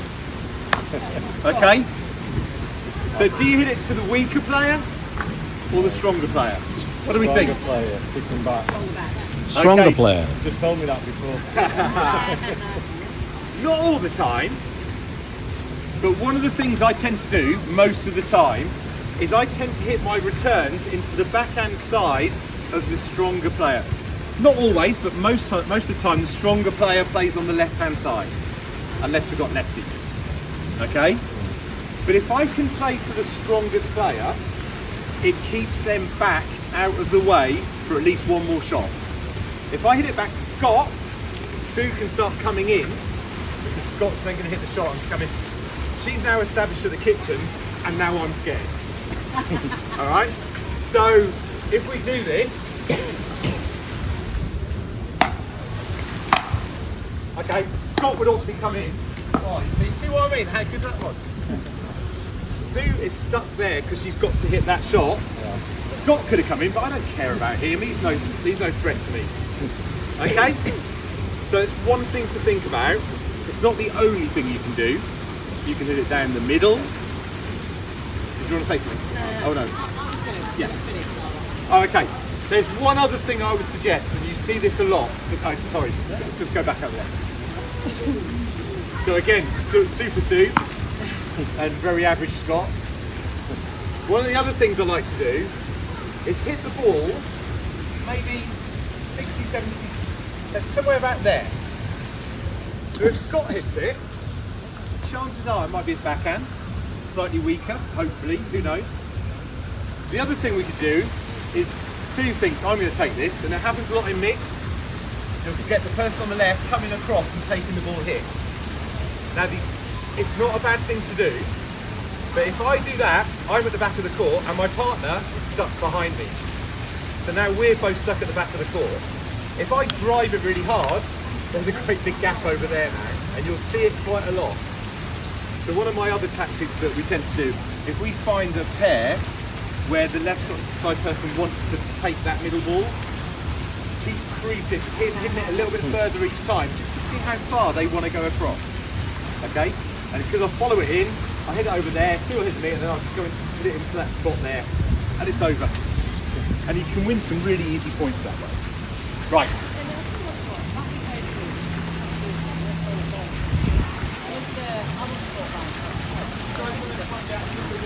Oh yeah.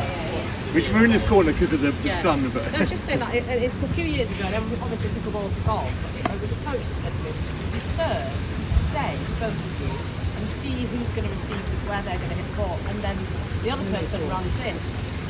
But now it's just you just both get in. Say that again. So the thing that was serve, stay, and see. So you serve it, and you should, both you have to stay back at the service, you can't volley. Yeah, Do you mean the returners? no. So whoever's serving, so you serve, and your partner first. So I serve, my partner is there. So I serve, and you both stay. Yeah. That's correct. And then see where it's coming.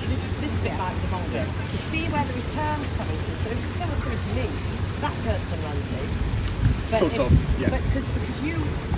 Let's not go into that territory now, Yeah, because we're going to but start to get into the next. There's a lot to that. Yeah. If we go into that now, we're just going to lose the thread of what we're doing. Yeah.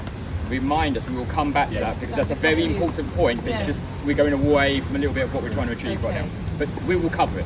Absolutely. You're serving, actually, aren't you? yeah, it's probably what you're thinking about is probably more returns of serve. Yeah. And it's what your partner does, and we will cover that. Okay, We're going to yeah. probably Absolutely cover that. either tomorrow morning or Yeah. crikey, Monday morning. Was it? I've lost Saturday? day. Oh, Yeah. Tuesday. Who knows? Holiday! Hey! Okay, so go back to your courts. We're going to have a chance for you to continue practicing your serves. Return to serve. Start back. Paddle in view all the time. Not taking great big swings. Okay. Push the ball back as deep as you can. You can change directions if you want to, but at the moment we're just going cross court really. And see how far you can get to the kitchen before the server stops and catches So the we're ball. just do one demo of that. Just one demo. Hi guys! See ya, enjoy. Thank you. Okay. So what I'm doing more of what Rich is doing. So I'm going to serve. When I look up, Rich can say he was established and he was still as I touch him. You a bad one? Oh no, it's me, sir. Oh, sorry.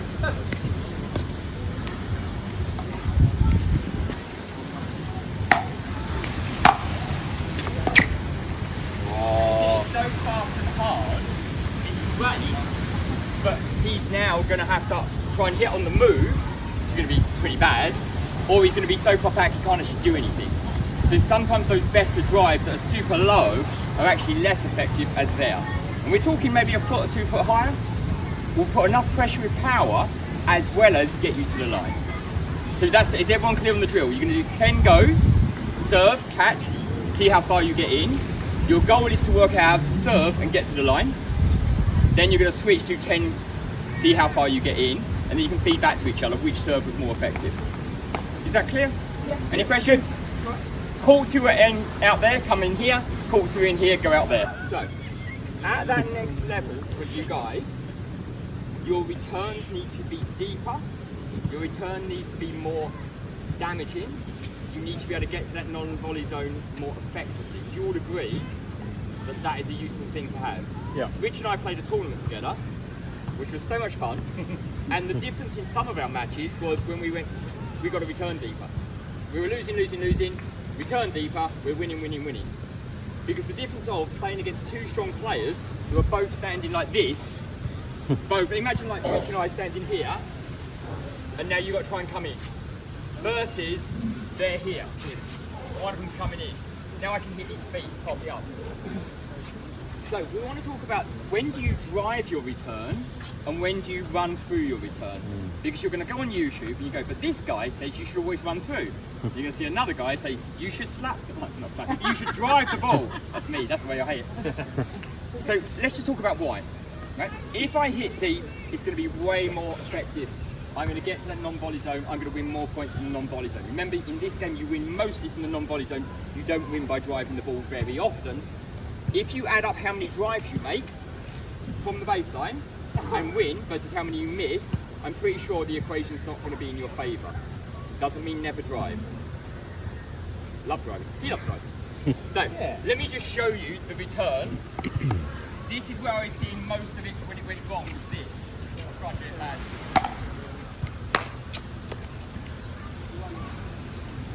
Because I've tried to drive and run. And there's too many moving body parts. You might hit one well, but it's going to be very hard to do that consistently. So, this is the drive. So imagine Rich's got a great serve. Imagine I've got a good serve. I was waiting for him to catch up on that. So did you see, Rich has got a great serve. So I'm staying here, hit it, then I run in. Because I don't feel confident of such a great serve to run through the team. So I'm going to establish my base, be grounded, building on what we've already established, still head, everything's still, then I'm going to go. But if Rich serves a slightly weaker serves, just a bit shorter.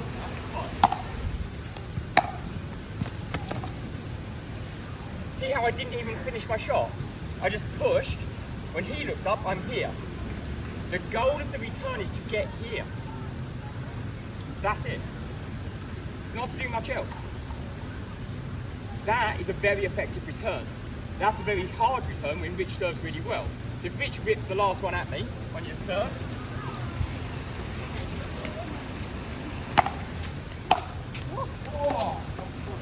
luck. That was a little bit lucky. Right? It's very hard to do. You can do it. I quite like doing it, but either establish yourself against a very good server, return it, then move, or simplify the backswing, push through, and move through. Both are options. The mistake is comboing. So when you go and play games for the next few days, I just want you to look, when someone misses the return, did you see them take a massive backswing and run? Backswing and stay still, fine. Yeah. That was the main thing I saw. Yeah. You go. Okay, a couple of things I noticed as well, which we'll talk about. We do quite a lot of talking. We're not going to see you for months, years, or whatever after this. So we're giving you lots of information. Some of it's relevant to you, some of them might not be. Okay, so just discount some things if you don't think it's relevant to you. What I saw was, because we've just been working on lots of topspin serves, we saw quite a lot of people hitting topspin return to serves. Nothing wrong with that. Topspin makes the ball spin forwards, so you can hit it higher over the net, it dips and it kicks off. And one of the things that, actually when I'm serving and returning, is I try and imagine if I can hit the ball, oh that was rubbish, so see where the second bounce was? It still bounced on the acrylic, on the floor. If I can hit one, oh, that hit the bottom of the fence, and that one hit halfway up the fence. Which one was the best return? Or serving? Halfway up. That last one. Because if you're playing against somebody who serves or returns like that, you have to do this to hit the shot. And from back here, it's a hell of a lot further to get into the kitchen for your next shot. And so even if you just got a chance to hit by yourself, serving especially, grab some balls and make sure it goes in, but see where the second bounce is. If you can get it to kick up and hit the back fence. So top spin is really good for serving and returning and any drives. But when you're returning, probably more effective at our level can be a slice return. Not everybody will know how to do one.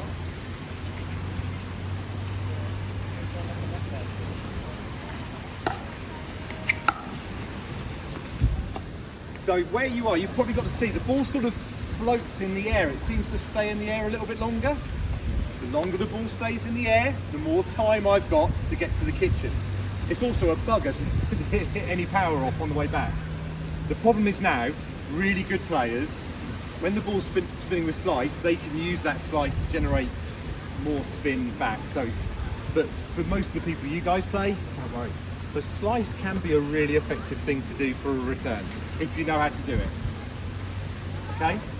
Richard, going back to that really good top spin where it hits the baseline and goes up high, is a good return from that a half volley sometimes? It can be. Yeah. It depends on lots of different things. Yesterday we were playing on that court over there, and the run back is like from there to there. It's a tiny little run back on that court. So letting the ball go back, I'll be hitting the back fence. Yeah. If you've got a good eye for the ball, do you all know what a half volley is? So basically, Scott, you just hit one under my feet. So this side of the net. So a half volley. I pictured that, but don't do that. So a half volley is where you hit the ball as it's coming straight up off the floor. It can be really effective because remember, controlling time, it takes time away from your opponent, but it can also go wrong. It can pop up a little bit more. So if you're good at it, nothing wrong with doing a half volley. The one last thing I was going to say, if I'm returning serve on this side of the court and third shots, do you think I'm going to hit more forehands or more backhands? Forehand. More forehands on this side? So on this side, More backhand. more backhands? Forehand. Why? Depends on the service. The great thing about pickleball, you've only got 10 feet to cover. So if you put your hand up if you prefer forehands to backhands. Don't ever tell people that. Even if they are, don't tell them. But I love, at the back of the court, I love forehands. So if Scott serves to me, I will try and get around it and hit a forehand if I can.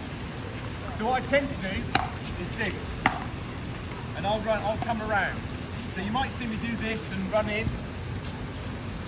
My backhand return's actually okay. But if you've only got to cover half the court, it's only 10 feet wide, and if you're quick enough, you can always run round and hit a forehand. Okay?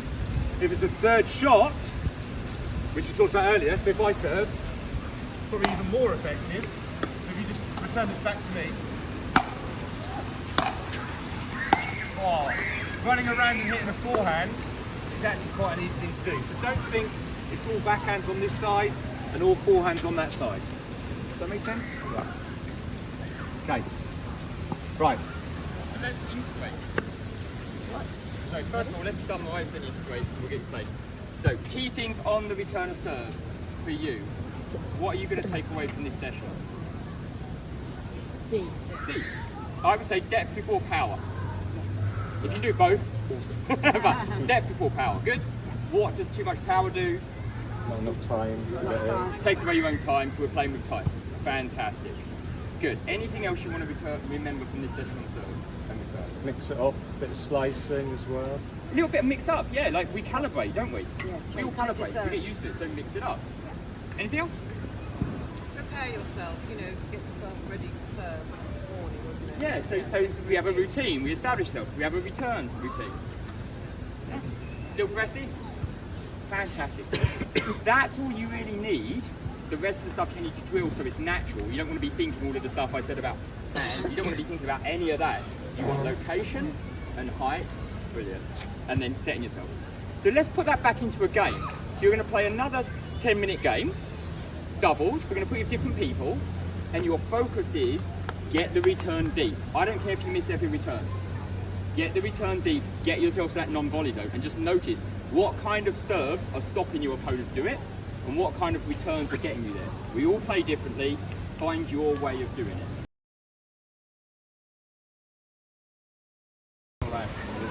What was it called? Slapping it?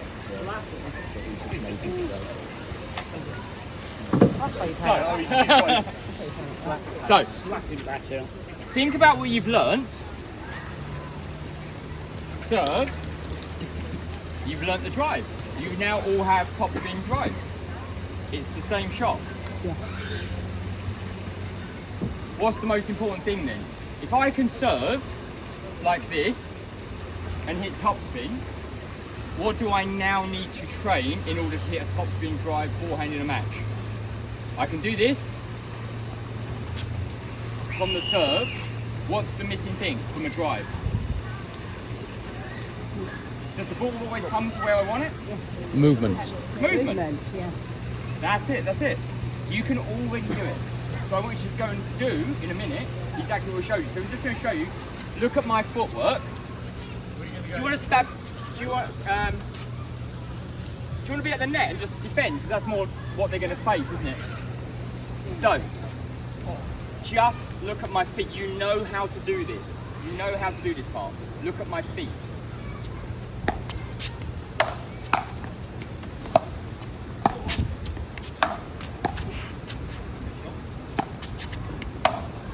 So that's the one. When it's deep, I see how I popped up. What did I do? I missed. So what should I have done?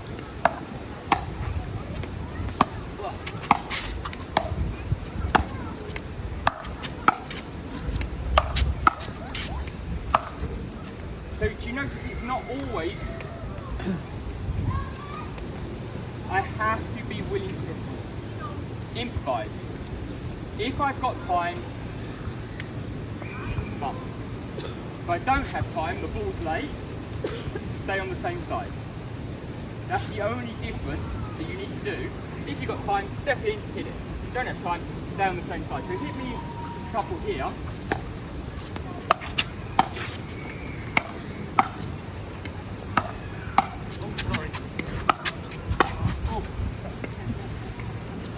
Can you see what I'm doing? So, everything we've taught you on the serve, when you've got time, you can step in and hit the serve. Third try. When you're in trouble, and you haven't got time to get your feet in position, we're also in trouble, keep my head still, just come to there. So all we're going to do is train that. We're just going to throw me the ball. Where we can, you want to go that side? Can we just go down the middle? Yes, can you see? I can see here, it's fine. So just throw me the ball. I'm going to stay here, in this position. I'm going to go right into Richie's hand. Sorry, Rich. My goal is to keep the ball low and not cross my body. Can you hear my feet? And then if it's a short one, I've got time. Right. That's the drill. So they're going to throw balls. You're going to practice a few to stay on the same side in this what we call an open stance when you're in trouble. And just stay here. Get the feeling. Notice it's more up, not so much through. And I keep my head still, but then you can ask them to alternate, throw a little bit easier one so I can step in and hit it, and then throw a more difficult one where I do this, and alternate, because you need to be able to do both. Do that about 20 goes, then switch, 20 goes, we'll come round and help. Any questions? He's just going to catch and rethrow. If you want to hold your paddle and just stop it with your paddle, you can do. At the moment, if you're trying to feed it back, it's going to be too all over the place and you won't get enough practice. This way you can actually adjust. What I would like you to do is just establish, I'm only driving about 40% power, and I'm going to say, can I go harder? And Rich might go, actually that's pretty fast for me today. I'm feeling a bit sensitive today. Right? You might go, you know what? Go 60%. But, okay, cool. But always get permission from the feeder. Don't just go right, bam, at the person. Is that cool?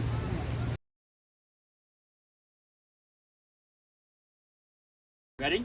All you're going to do is start to breathe into your nose and out through your nose with no effort. And it's going to sound a little bit contradictory to probably whatever you've heard before, but I want you to start to make the breath quiet. And what I want you to think about is you're trying to create a sense of air hunger. And we're going to define air hunger as in, oh, I could take a bigger breath here, but actually do I need to? Imagine there's a candle underneath your nose and you're not going to let the candle flame flicker. So if you want to try it, put your finger under your nose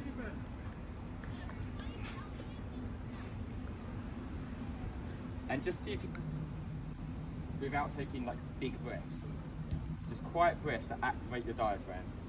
Can you feel that?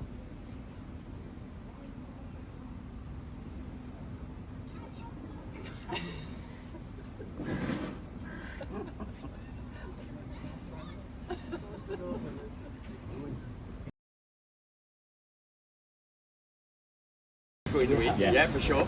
Absolutely. Anything else you did from pickleball, defend? Did you use more forehand or backhand? Forehand. Yeah, that's normal. So we're going to try, well, we're going to show you how Rich does it, because he's really, really good at this. I'm really not. And then I'm going to show you I'm going to show you a demo, then we're going to show you the drill, then you're going to go and practice the drill. Then we'll put it into a live fire. So this is a live fire kind of play. Water. Side. Oh,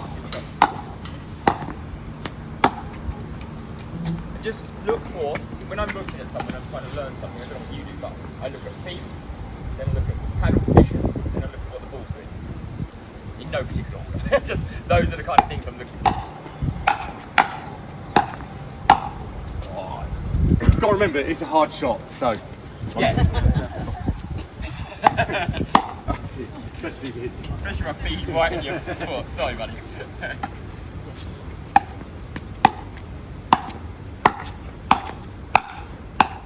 So what I'm trying to do is get the ball right at his toes to make it difficult. Which ones does he find it easier?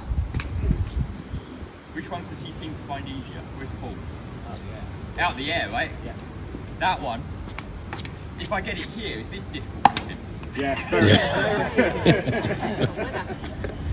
I'll do it again, just to prove it wasn't luck. Okay, like, is this harder for him? Yes. Okay. Oh, yeah. So bouncing it into him, a little bit more difficult for him. What about this?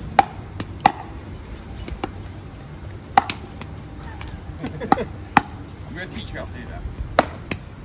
Is that hard? Seems easier. Yeah, like, he didn't even attack me on that. Okay, now I'm going to show you, what about this one? I was playing tricky for it. Through the legs is really difficult, right? So if it's going straight through the legs, Yeah. it's really hard to do that one. So you should get back down there. Good. That's the reset, right? And then we'll talk about what you do once you've done that and where you go. Let's just practice the skill. So the way we're going to practice is Rich is going to stand actually on the white line. And I'm going to stand just inside because I'm really bad at feeding, as you noticed. And all I'm going to do is I'm going to pop the ball down and Rich is going to reset it back and I'm going to catch it. So I'm just going to go, and he's going to take a step back.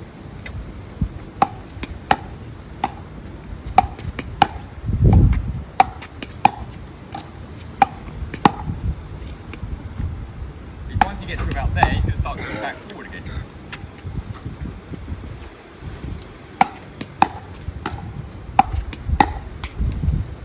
Make sense? And each Then- time, sorry, are you trying to, as the feeder, are you trying to do it sort of not at his... Yeah, I'm trying to bounce it just in front of his give feet. him the practice. Not too hard, Yeah. but it wants to be down. So the Yeah. feed is almost like a frying pan and just coming down. So he can get used to that. And he might say to me, do you know what, can you just stay in that place? I want to work on this a little bit. And he can also say, could you go a little bit faster or a little bit slower?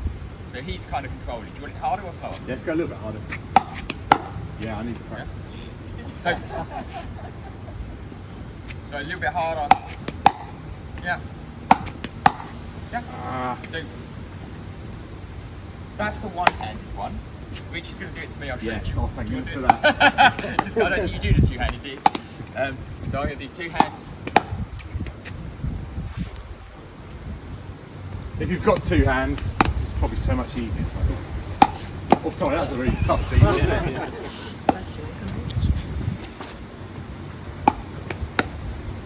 Take a step back. Another That's tough the one. Do you see how difficult it is? When it's there, I'm going to the wind. so that's the target. Oh. So look at my head.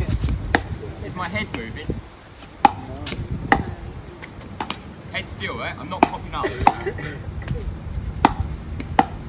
That's nice. So it's not coming in. That's at least too hard. No, that's perfect. Thank Okay, you. right. Yeah, thanks for checking. No, the wind is also a factor. Good. Oh, I thought that was good. So you've got to then just apply, okay, maybe a little bit more power because of the wind. I'll stay here if it's okay, just do a few. Yeah, that's good. Tell me if Alright. it's harder or... That's the drill. So you can do one hand if you want. I find less, even though I'm tennisy, I find a little bit less stability. So putting that other hand on gives me a little bit more stability. Do you want to show? So you've got your normal forehand grip, however you normally play. All I'm going to do is approach with my left hand or right hand, get the other way around, the back of the paddle, and I'm going to grab my finger on there and just grab around the neck of the paddle like I'm trying to choke it. Yeah? Then, when I do this, I'm going to imagine my watch is on my right hand and just turn, and I can see the time when I look down, and the paddle is facing directly down. So if you're right-handed, the other way around. You're right-handed? Wrong hand, the hand's the wrong way. Put the finger bottom.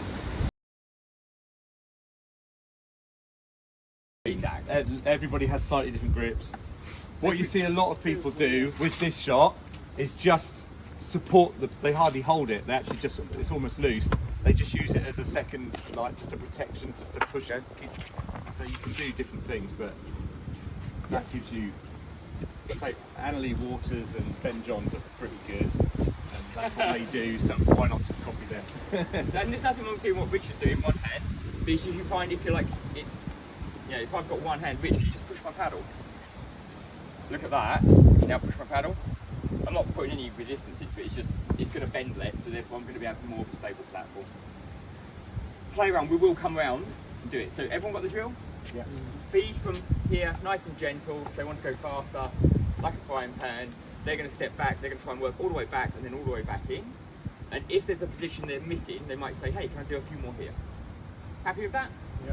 Are we doing forehand You or are backhand gonna- or anything? You Whatever. are going to change at your own pace. So you can say, hey, that's enough for me now, let's change. Spend about 20 shots maybe. Yeah. Any questions? No. Okay. Go, the word on. So key points for you, what did you work out that helped you? Like, I think Sally said one of the best things I'm now stealing and making it mine, which will make it his. What did you say, Sally? It was like French cricket on the beach. You know, you're trying to protect your legs.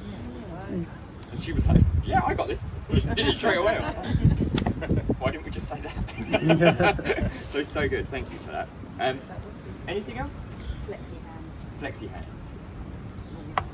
Yeah, the rigidity, there's a really good experiment you can do at home, and I like to do it from coaching when I have access to two glasses. So all you're going to do is you've got two glasses exactly the same in your house. You fill one up with water halfway and the other one with no water. And you close your eyes, you get someone to switch the glasses around. No, before you close your eyes, you pick them up and you can easily feel which one has water. Yeah? So you've got that. Then you close your eyes, you get someone to switch them around, and you grip them as tight as you can, so you don't know which one's which, and you lift them up, and I guarantee you won't be able to tell which one's which. If you put them down again, switch them, and then you hold them very lightly, you'll go, oh yeah. Because when you do that, you lose so much feel. And what is this shot? It's feel. You're trying to feel, how much should I push this? How much should I take the power out? So the softer your hands, the easier to manipulate it. But You would basically use wrists or arms. when would you use the wrist, Rich? You do use the wrist, but only occasionally. Yeah. I was with Baron, and we were talking about anything that gets too close to you and almost behind you here. Look where my paddle's pointing. It's pointing down at the floor. So to get the ball up and over the net is almost impossible. So that's where you have to have a little bit more flexibility. If you can take the ball out in front of you more, so everything's there, and I've just started using 2 hands now, by the way, because that was so good. When I used one, it was rubbish. But out here, my paddle has now got that right angle to go up, so I can be a little bit more rigid here if I want to be. Because out there, it allows me just to push it. Here, I've got to be a bit more flexible. That's my version of it. Other. Oh, you were saying yes. If you angle it, I went, so it's just physics, isn't it? It's the angle, basically. It's like basic back to school maths. Yeah. When I Do this, it goes up. Do this, it goes straight. One of the best, when I worked for the Lawn Tennis Association as a tennis tutor, they went through a stage of talking about the pass principle, which sounds really technical. But basically there's 3 things you can do to a racket or a paddle. You can change the path, so you can go from low to high, high to low, straight. You can change the angle, and you can change the speed. And that is it. That's all the things you can do. So if you want to hit the ball high, you've got options. You can either change the path and go low to high, or you can do that. You can hit the ball, like have the path could be flat, but it will still go up in the air. So you've always got different options you can use. But it's actually very simple if you think, oh, these keep going out. What should I change? I'll have a go at changing the angle of the paddle. It might do something weird to the ball. So you think, oh, okay, I'm not going to change the angle. I'm going to move that back, and I'm going to change the path from low to high. And all of a sudden, you start hitting topspin or whatever you want to do.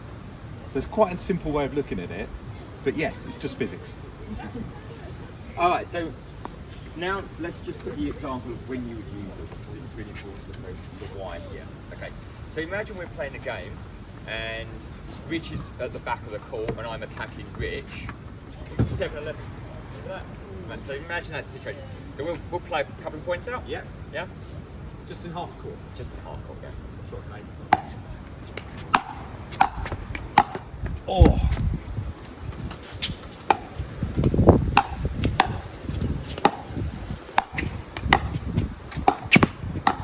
Oh, tagged him. Sorry, I'm sorry. I meant.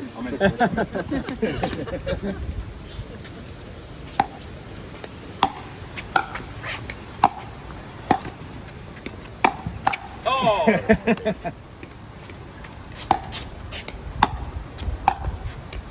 Wow. It's a bit better, isn't it?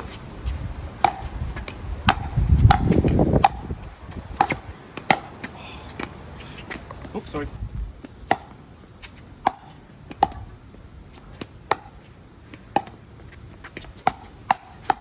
Go ahead. Hey! So this was trying to answer your question, Liz, about, do you see how I'm taking my time to come in? I'm not rushing in. Like, I'm going to hold. I'm going to hold. Hold it. I'm getting it out. I'm in. Yeah? Yeah. I went forward. If his paddle was above the net, I kind of hung out.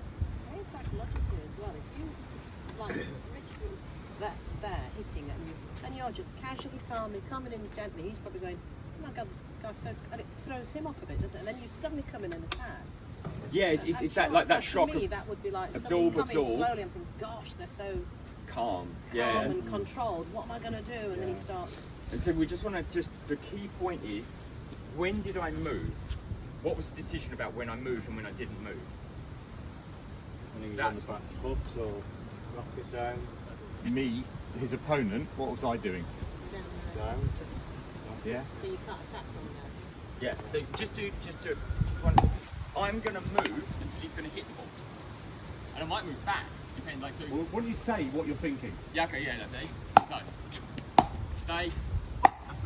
That's too high, stay. That's okay, in. In. Yeah? So, like, I'm literally am talking when I'm playing, that's what I'm doing. I'm cautious of myself. Is this good or is this not? Yeah, in. And then try and take his head off. Yeah, do you see? So it's sometimes I will rush. If I think he's going to pop it up, I'll come in and try and crush him. But if I think he's going to not, he's going to hit an okay shot, I'll just take my time. That's the game you're going to go and play. The first 5 minutes, no score.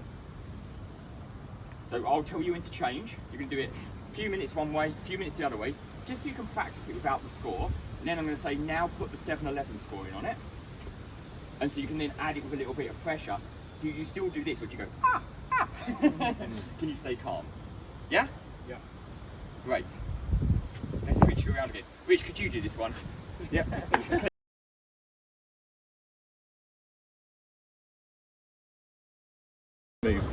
Right, so one of the things that actually works for pretty much every shot, maybe apart from a serve, there's something we haven't talked about yet. Some of you do this, some of you don't. Some the ones that do, some of you do it really effectively, some of you could do it better. Is what we call a split step, or a check. I call it a check step now. So who's played tennis? Who knows what a split step is? Okay, so there's a few of you. So essentially, if we have a rally, we'll just have a rally from the back of the court. If you look at my feet, so don't watch the ball, don't watch him, just watch my feet. So when we're playing, if you look, as he hits the ball, what do my feet do?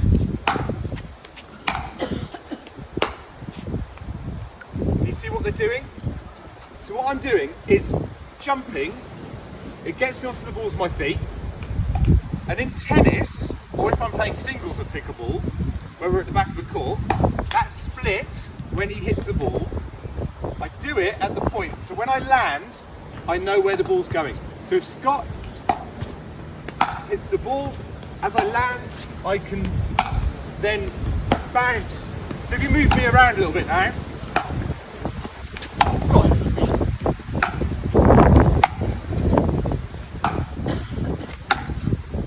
sorry. So the idea is I can land and it allows me then to explode and move to the ball. So in tennis or singles when you play pickleball at the back of the court, the idea of the split step is to allow you to move. Pickleball is a bit different, which is why I'm trying to think about changing the name of it. I think check step is quite a good way of doing it. I like check step. The idea of it in pickleball, we tend to not move sideways so much, we tend to move forwards and backwards. So if you watch now, the game we just played,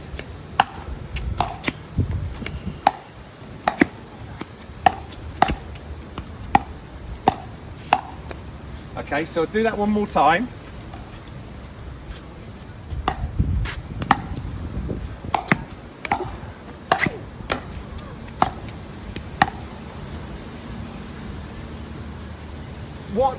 What is that's check step allowing me to do?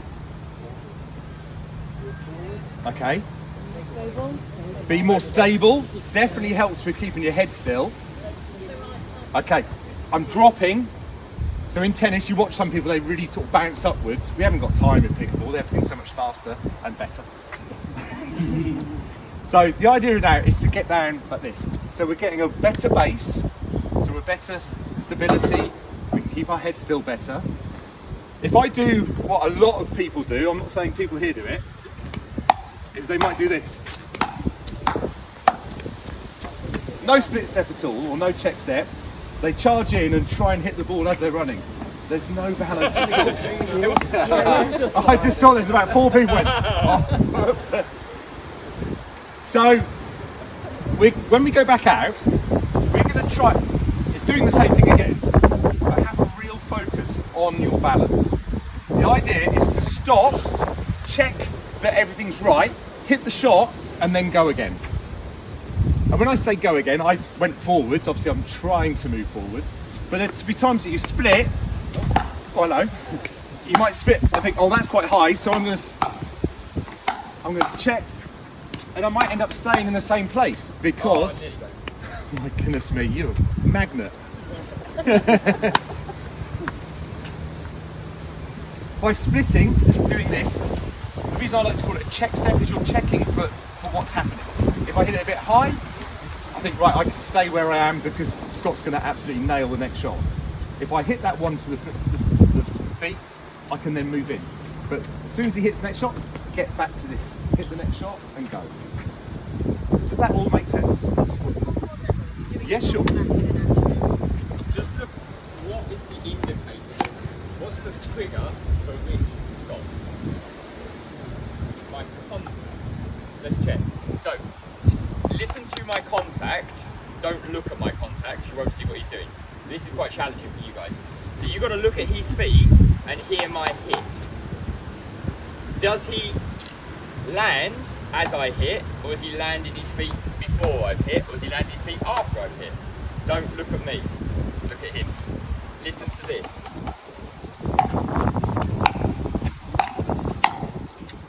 Sorry. Makes it sound cool.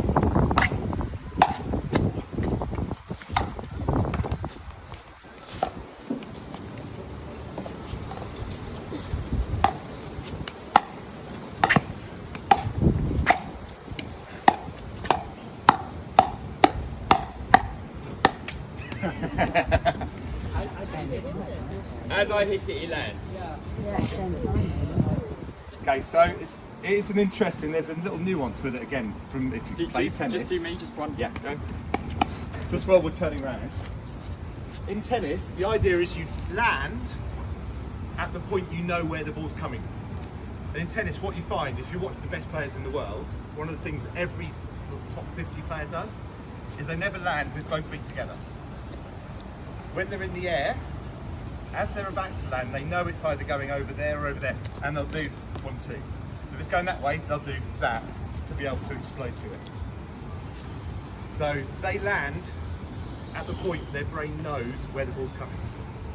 In pickleball, it's a little bit earlier.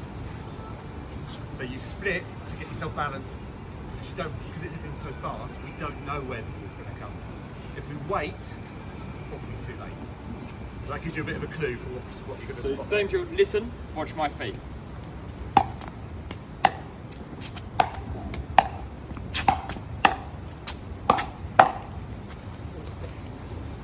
Just before? Okay.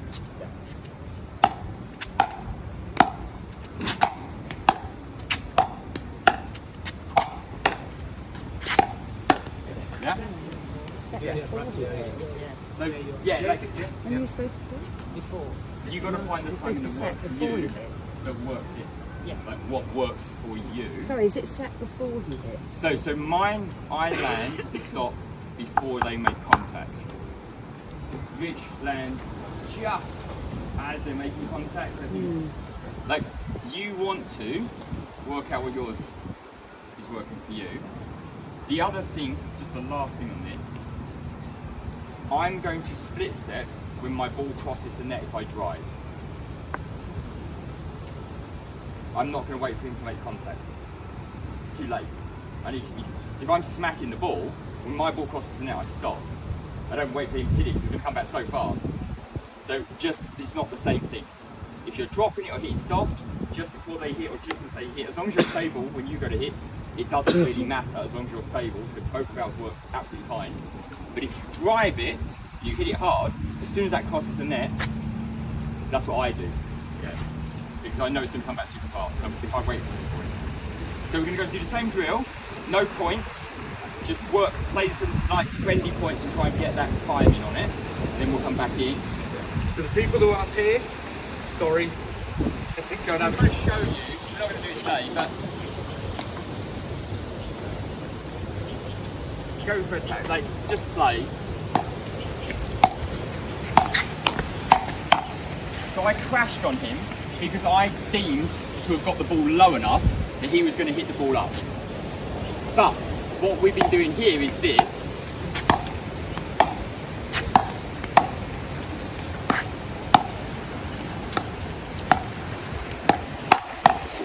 So that was walking in, and I'm just like, okay, I'm gonna, every time I hit the ball, I've hit a pretty good shot, I'm gonna take a big step forward, plant, bump, walk forward. The two things we haven't covered is if I manage to do that, and I can try and, he's either gonna do that, and if I run at him, he's got a lot of pressure, and then I can come and try and crash on him. He obviously Rich is an incredible player, So I'm less likely to do that against him than most people. That makes sense? So sometimes, just when you go and watch pro, you're going to see they just run in, they just walk in. That's why.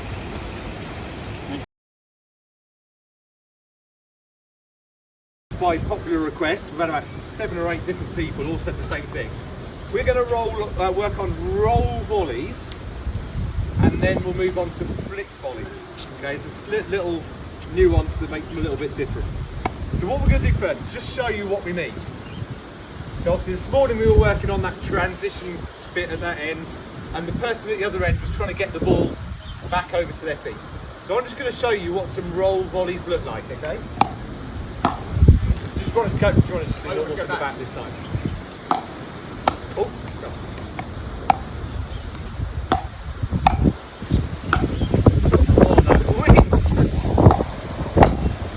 This is so hard. Don't worry if you mess it up today.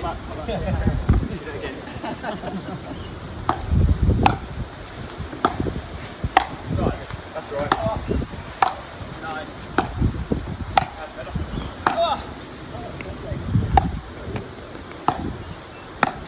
Nice one.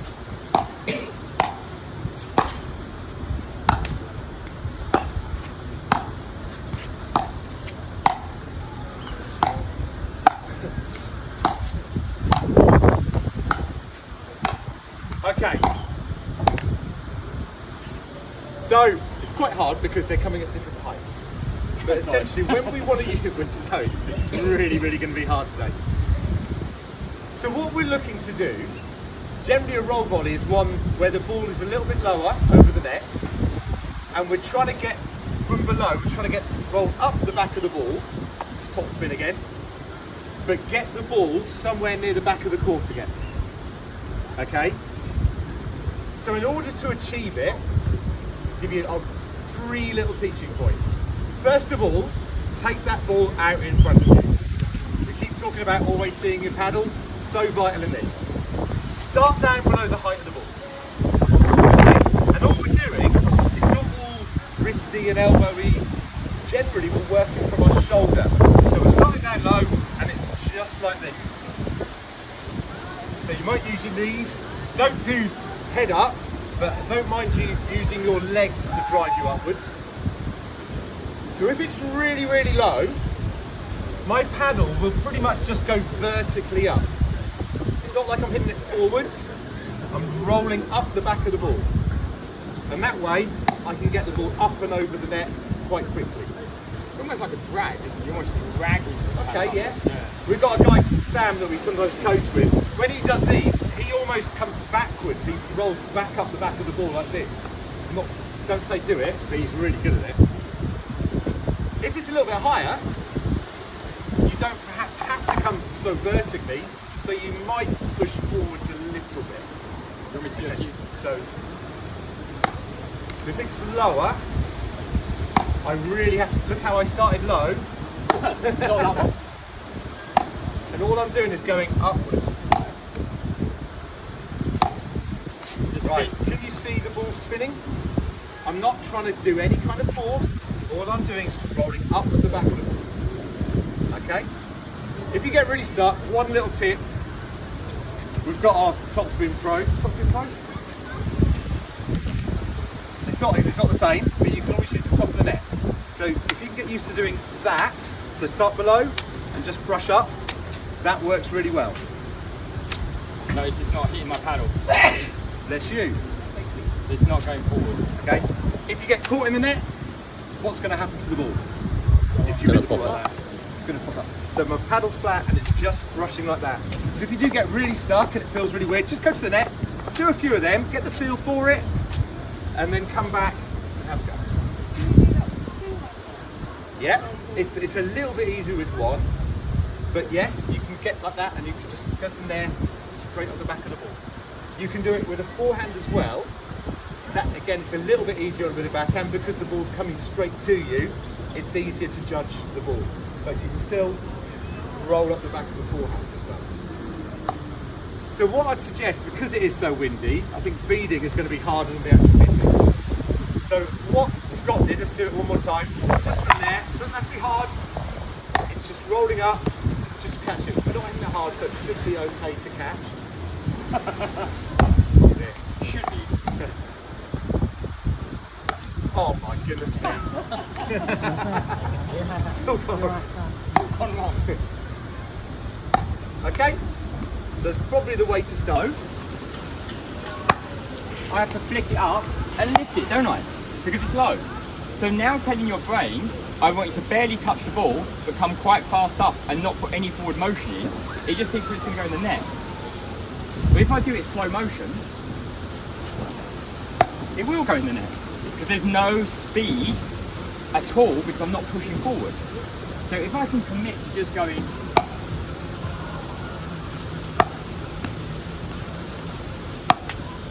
can you see how I'm literally just showing Rich the back of my hand and my shoulder is, the only thing it's doing is that. Once you get more advanced, not more advanced, once you've got that pattern locked, you can then add that in and you can go like that. And that will add a little bit more speed. And then you can add legs.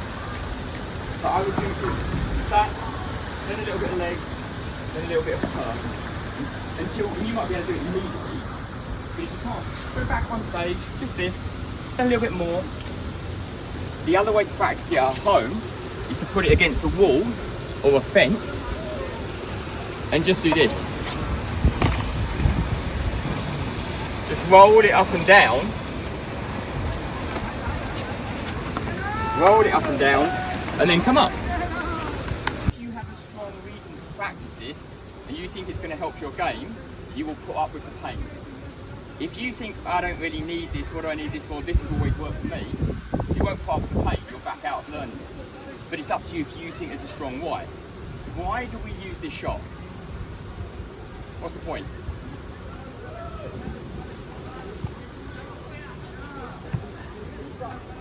Okay, so yeah, okay. What was so, that? Well, Making it drop? resetting, but getting the ball. We can take it low and then get it on the other side. Yeah. Yeah. Or a toppling shot from a defensive position. Yeah. So Matt, like, this is why I play probably, we just need to show you this bit. Rich and I are playing, Rich is at the non-volley zone, I'm here, and I do this. Do you see how good that was? Do you see how attacking that is? If he tries to poke it to me, try and not flat poke it. Come in, right? If he pokes it up like this, do one more.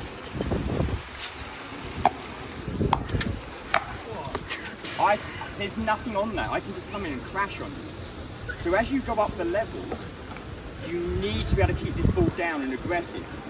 Rich can angle it off court. He can hit it short, so I come forward. He can keep me deep, so I can never come in.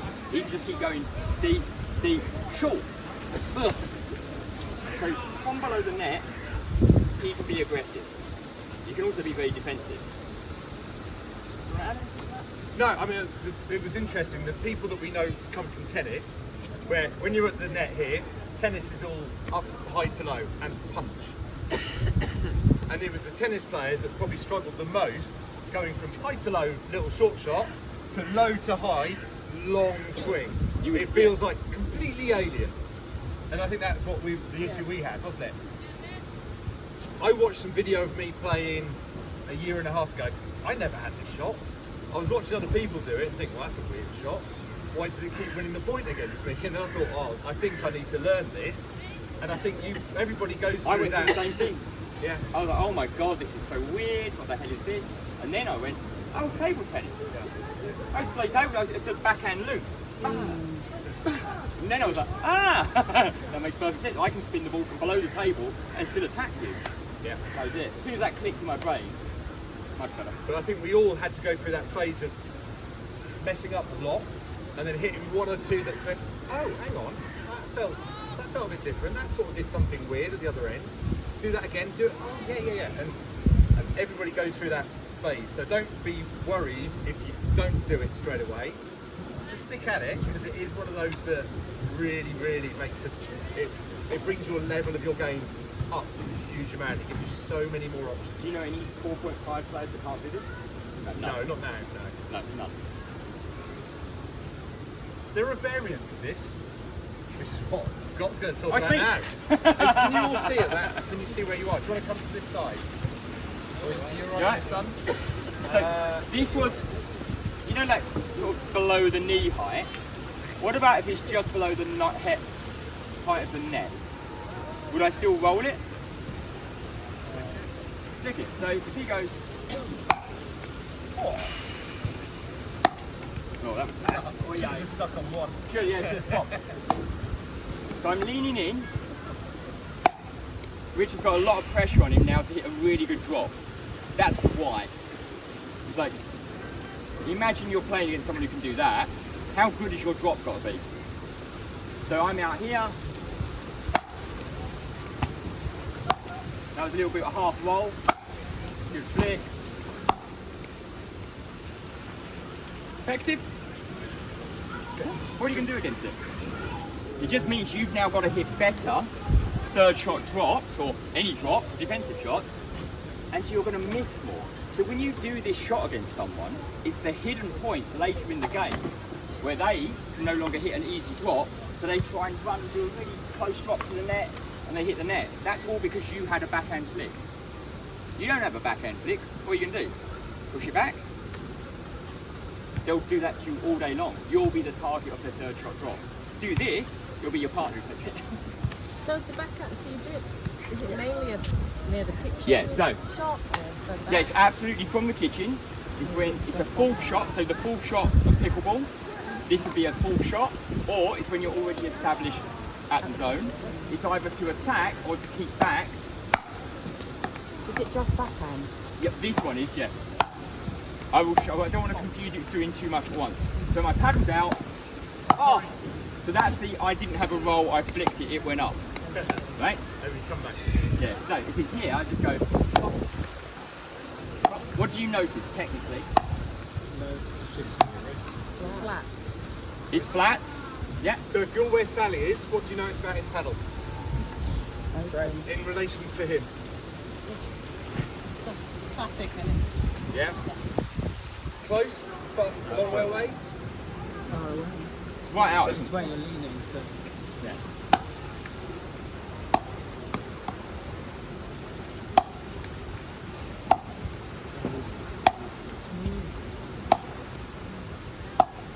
That's pretty powerful from a throw. Imagine someone hit it. No? So Pretty simple action. You are pushing forward then? Just a little push. How tight do you think I'm holding the paddle? Not loose. Super loose, right? So it's super loose so I can articulate that. Yeah, when some people coach, they talk about loose and then just grip the paddle. Yeah, Just I'm literally grip it hard tighten. as you hit the ball. That's all I'm doing. It's loose and I tighten my grip as I hit. So think about martial arts like 1-inch punch, snapping through. If you see the power there. All I'm doing is loose, grab my paddle. Loose, grab my paddle. Loose, grab my paddle. So all you can do is go on court, do 10 throws. 1, don't try and hit it at a million miles an hour. 2, 3. Hardly any paddle take back. Yeah? Then once you've done that, switch. The other person has a go. Give each other a little bit of feedback. To do that, what would you tell them to do? So you're now the coach. You're going to go and coach someone how to learn that shot. What would you be the key 2-3 things to tell them? Have it fun, right? I think that's a good one. You're looking to put pressure to that full shot. I want you to really think scenario. Why am I using this shot? Where's your opponent when you're hitting this shot? In the full shot. At the front or the back of the court? Front. No, they're at the back, right? They're trying to drop. They're trying to hit a third shot drop on you. Remember, third shot drop or drive, and you're trying to go, no, stay back. So you're trying to make it very challenging. Obviously, you would use this in a hands battle as well. You would like counter, but think of it as a full shot. Keep it back. Do I want to be standing up or low? Low. And I think that was the key thing I wanted to come back and just get you to understand is if I do this, I'm disconnected from the ball and I can't judge it. When I'm down here, I find it much, much easier and I can hit straight. Right? So if the ball's low, just below the height of the net, I can lift up slightly. If I'm up here, it becomes very difficult. Anything else you want to teach anyone? Anything you tell them to remember? Tight or loose? Loose to tight. You got it. Loose but tight on contact. Yeah. loose but tighten on contact, get low, nice base, keep them back, aggressive. So now we want to really put this into where and how do you use this? Okay, so, look at that. Scott, oh yeah, I'm just hitting the panel. Oh, you don't actually have to do anything. You go stand here, and you come and stand over here. We go talk about we have so many different uses of this shot. We might have a little dinking battle, and at some point Dom might hit the ball up a little bit so I can take it out of the air. Okay? If that happens, what I've learnt to do, and this is my way of dealing with this shot, is I've got these 3 targets that I've put out here. Every time the ball comes to my backhand here, I look at that target over there, and I look like I'm going to hit that. So if you just hit a ball up to me, up to my backhand, I can do that. Do that little flicky thing. It doesn't have to be hard. And the neat thing is I'm going to do that every single time. But looking exactly the same, like I'm going to do the same thing. I'm looking over there, but the ball went to that middle target. And if you want to be really flashy, with a bit of practice, and it's going to be hard because the sun's right behind you, but I can, with the same little flick, I can still look like I'm going to do that, but take the ball early out in front of me, and look where my paddle's pointing. It's over there. If you want to do a bit of homework, there's your video in this, so remember this name. Mary Humberg is an American player who is the master of this shot. I mean, she's ridiculous at it. And she teaches this so well.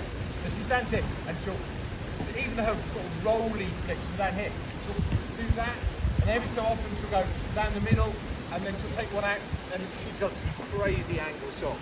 She practices them for maybe an hour every single time she trains. So this becomes such a weapon that it wins the point virtually every time for her. And everybody who plays her knows she's going to do it, but no one's worked out how to do anything about it. The only thing you can do is just not hit it to her backhand ever. So it just shows what a weapon this can be. Okay?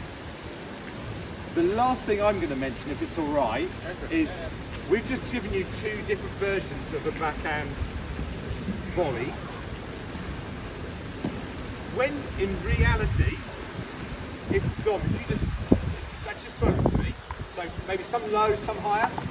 So this one's high, so I can flick this one because it's up here. The next one might be lower, so I can do the roll. Something in the middle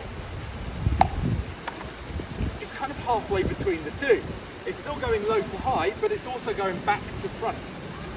Remember, the roll was from low straight up, and there's a spectrum between really down low, you're going straight upwards, and you guys will be able to see this really well. Up here it's straight forwards, and everything in the middle is, so if I come sideways so you can see, either that, and then it's this, and then it's that, and then it's that. Can you see what I mean from where you're standing? And after a while, if you practice the 2, you'll see how interchangeable they are. Does that make sense? Scott, is that... some of you were working it out. Remember I said, I think you were, I was like, oh, you span that one more. Brilliant. You'll work it, you'll find your way. So don't be too... Simon was really good at this as well. I noticed when you were exactly. Yeah, I say, first of all, you'll be like, and then start to like be experimental. I do it slightly different to Rich does it different to Rob, we all do it slightly differently. If it works, excellent, give it a go. Yeah. Okay, that's one's going to take a lot of practice. So, lots of the other things we've talked about up till now have been, you can pick and choose what you take away to go and practice. I would suggest all of you need to find someone you can drill with when you get back home, okay? Because it seems a shame to waste all this knowledge and not put it into practice. As you found out, when you play points, it's really hard to remember the technique bits straight away. You have to drip feed them in. It works so much better when you drill with somebody, and that's where practice with purpose makes a difference. So important. But this is one shot. Rather than pick and choose, I would suggest you all spend 10 minutes every little drilling session just practicing these roll volleys, because they are game changers. Roll volleys and win volleys, they win matches. Yeah. 7-11. 7-11.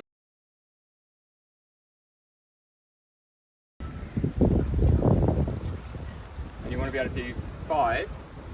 And what's good is the test is also the fix. So if you can't do this, what you'll see is a lot of people do this. So they try and balance because they haven't got the strength in their glutes to hold them in this position. There.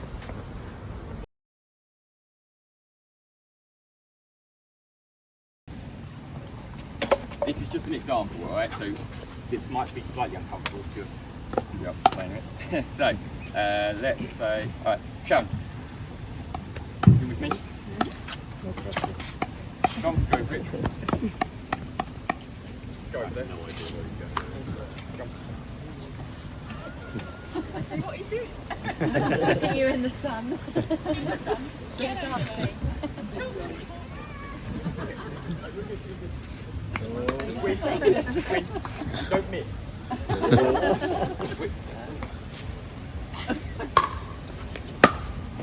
I got it! Not much better than that.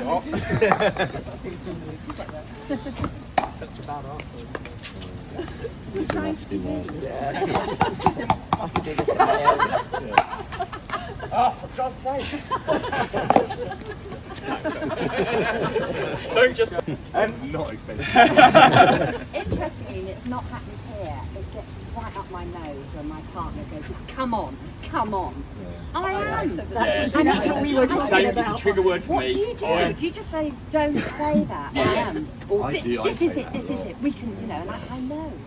So this is all really important. So let's do this in order. Right, so first of all, that's the example. Did you all get the point?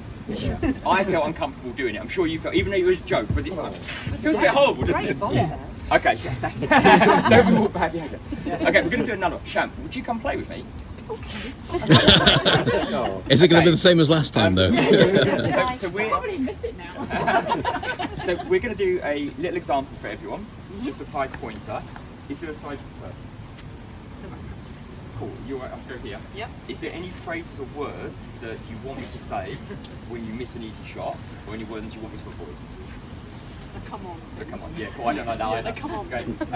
Would you be willing to just paddle? Yeah, definitely. You good at that? Yeah. Do you like a talk lot in between points? Or just one point? Not lots.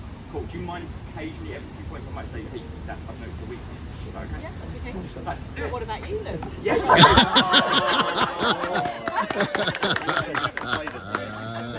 Angry with you, you'll go flight, just disappear in the head, want to get away, or they'll numb out. So like that happens in all areas. It's just how we're wired. So that's the key. So therefore, to answer the question that we came on just now about what do I do when someone says come on, I like to have the conversation before jump on. But is there any key words that really piss you off? Any key words you want me to say? It's like Molly, when I was playing Molly, we do an exhibition match, and I knew I was like, the best player on the court. Like, Molly was like, you're playing really well. I was like, oh, okay. Molly thinks I'm playing well. Do you know what I mean? I felt good. And that really helped me. I was like, no one had ever said that to me. So. Remind me of the three C's again. So the 3 C's of nervous system safety are choice, connection, and context. Yeah? Great. Cut. Just drop straight in.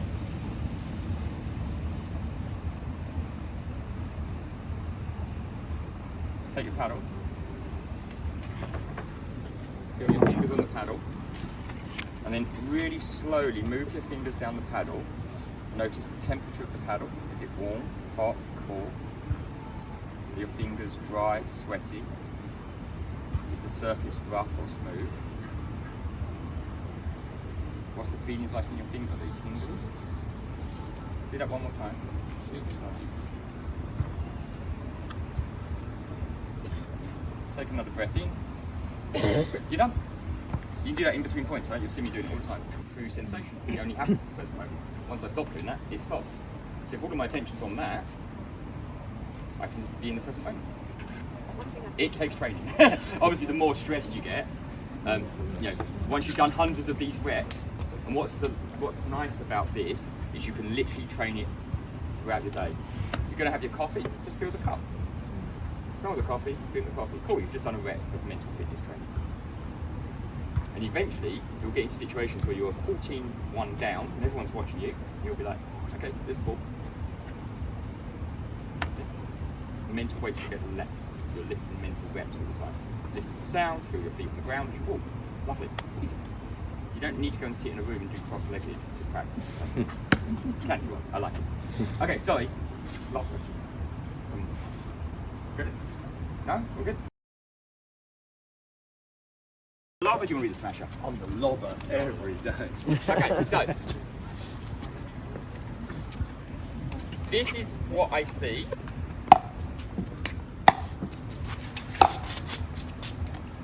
Everyone recognise that? Yeah.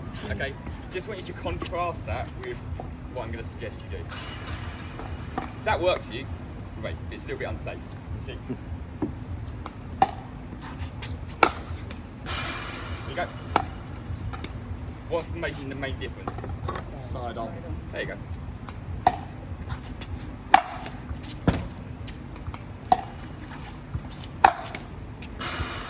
Yeah.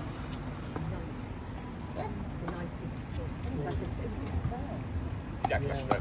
So all we're going to do, very quick way of teaching this and learning it is, they're going to do a lob, you're going to turn sideways, you're going to catch it in your left hand. You're going to feed yourself, smash, just turn. Oh, yeah, they feed, I catch, see the footwork, throw it up, smash, come back in, turn, catch, throw it up, smash. Once you're like, oh yeah, I kind of got that, just smash. Don't smash it into the person over there. We'll get to that. Yeah, get to that. But yeah, just do this bit first. Okay, so grab a partner. The thing with pickleball is you can smash like badminton. You just flick as well. So if you play badminton, just do that. Super easy. So let's just show you those two. So if you're, as long as you're sideways, or relatively sideways, like this is okay. I just want you to get, initially, I just want you to get that concept of safe movement. Then you can adjust it. It doesn't have to, it's not a complex technique that you need to get perfect. Watch. Oh, sorry. Right, so that one I had to improvise. It all works, but you notice I'm mainly sideways. That's the key to safety, that's the key to getting power. So, little flick, right? Are you using your other hand at all, or just balance? Balance. I just come up as balance. I sometimes point to where I want to hit. First of all, I just want to get you that concept because this lifts you up and keeps you up here. Then you're going to work out how to do your own little thing. So, the key is, stop.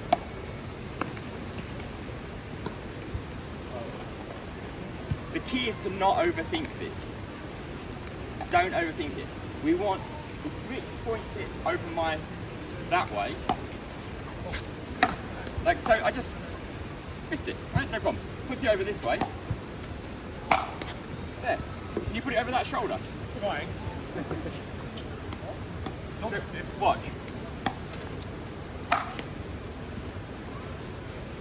You don't have to have a perfect technique on every smash. You just need to let your wrist go and snap through. That's the key. But notice on every one, I'm pretty much sideways, aren't I? I don't have to have perfect positioning. I can snap from here, I can snap from there. So the next drill is just going to be popping balls, and the feed is going to be a little bit easier because they're going to just pop them from short, and you're just going to snap balls. So you're going to have one feeder, 3 people on the court.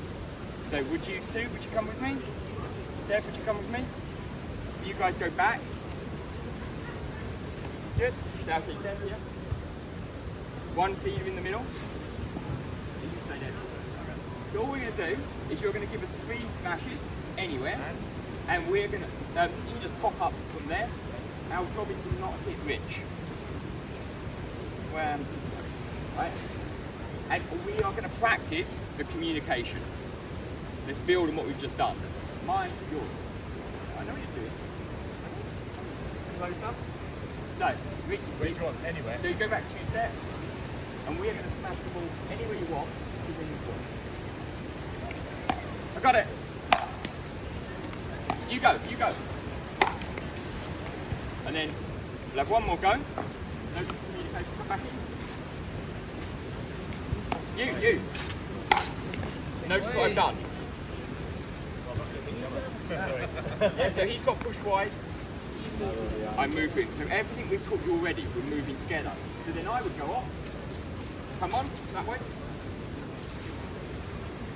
Virtual lob. Reasonable ball. Reasonable ball. We should have at least 3 for each ball, no problem. So I want communication. Where's the communication? So even when it's obvious, say it. Let's try it again, get the communication. This is key. I've been knocked out with concussion in the last tournament I played because my partner, I said mine and he went and hit me in the head with his elbow. He's a massive guy. There you go, thanks mate. So we must communicate. As soon as that ball goes up, take control, one of you. Mine, yours. Yours. Good. Bit earlier. Okay, so still no communication. I don't care if it's obvious. Did you? Yeah. You did. Alright, so it needs to be loud. So that's the drill. I find it harder when you play with a partner and they say yours, where I'd rather say it's mine. Well, then you can have that conversation.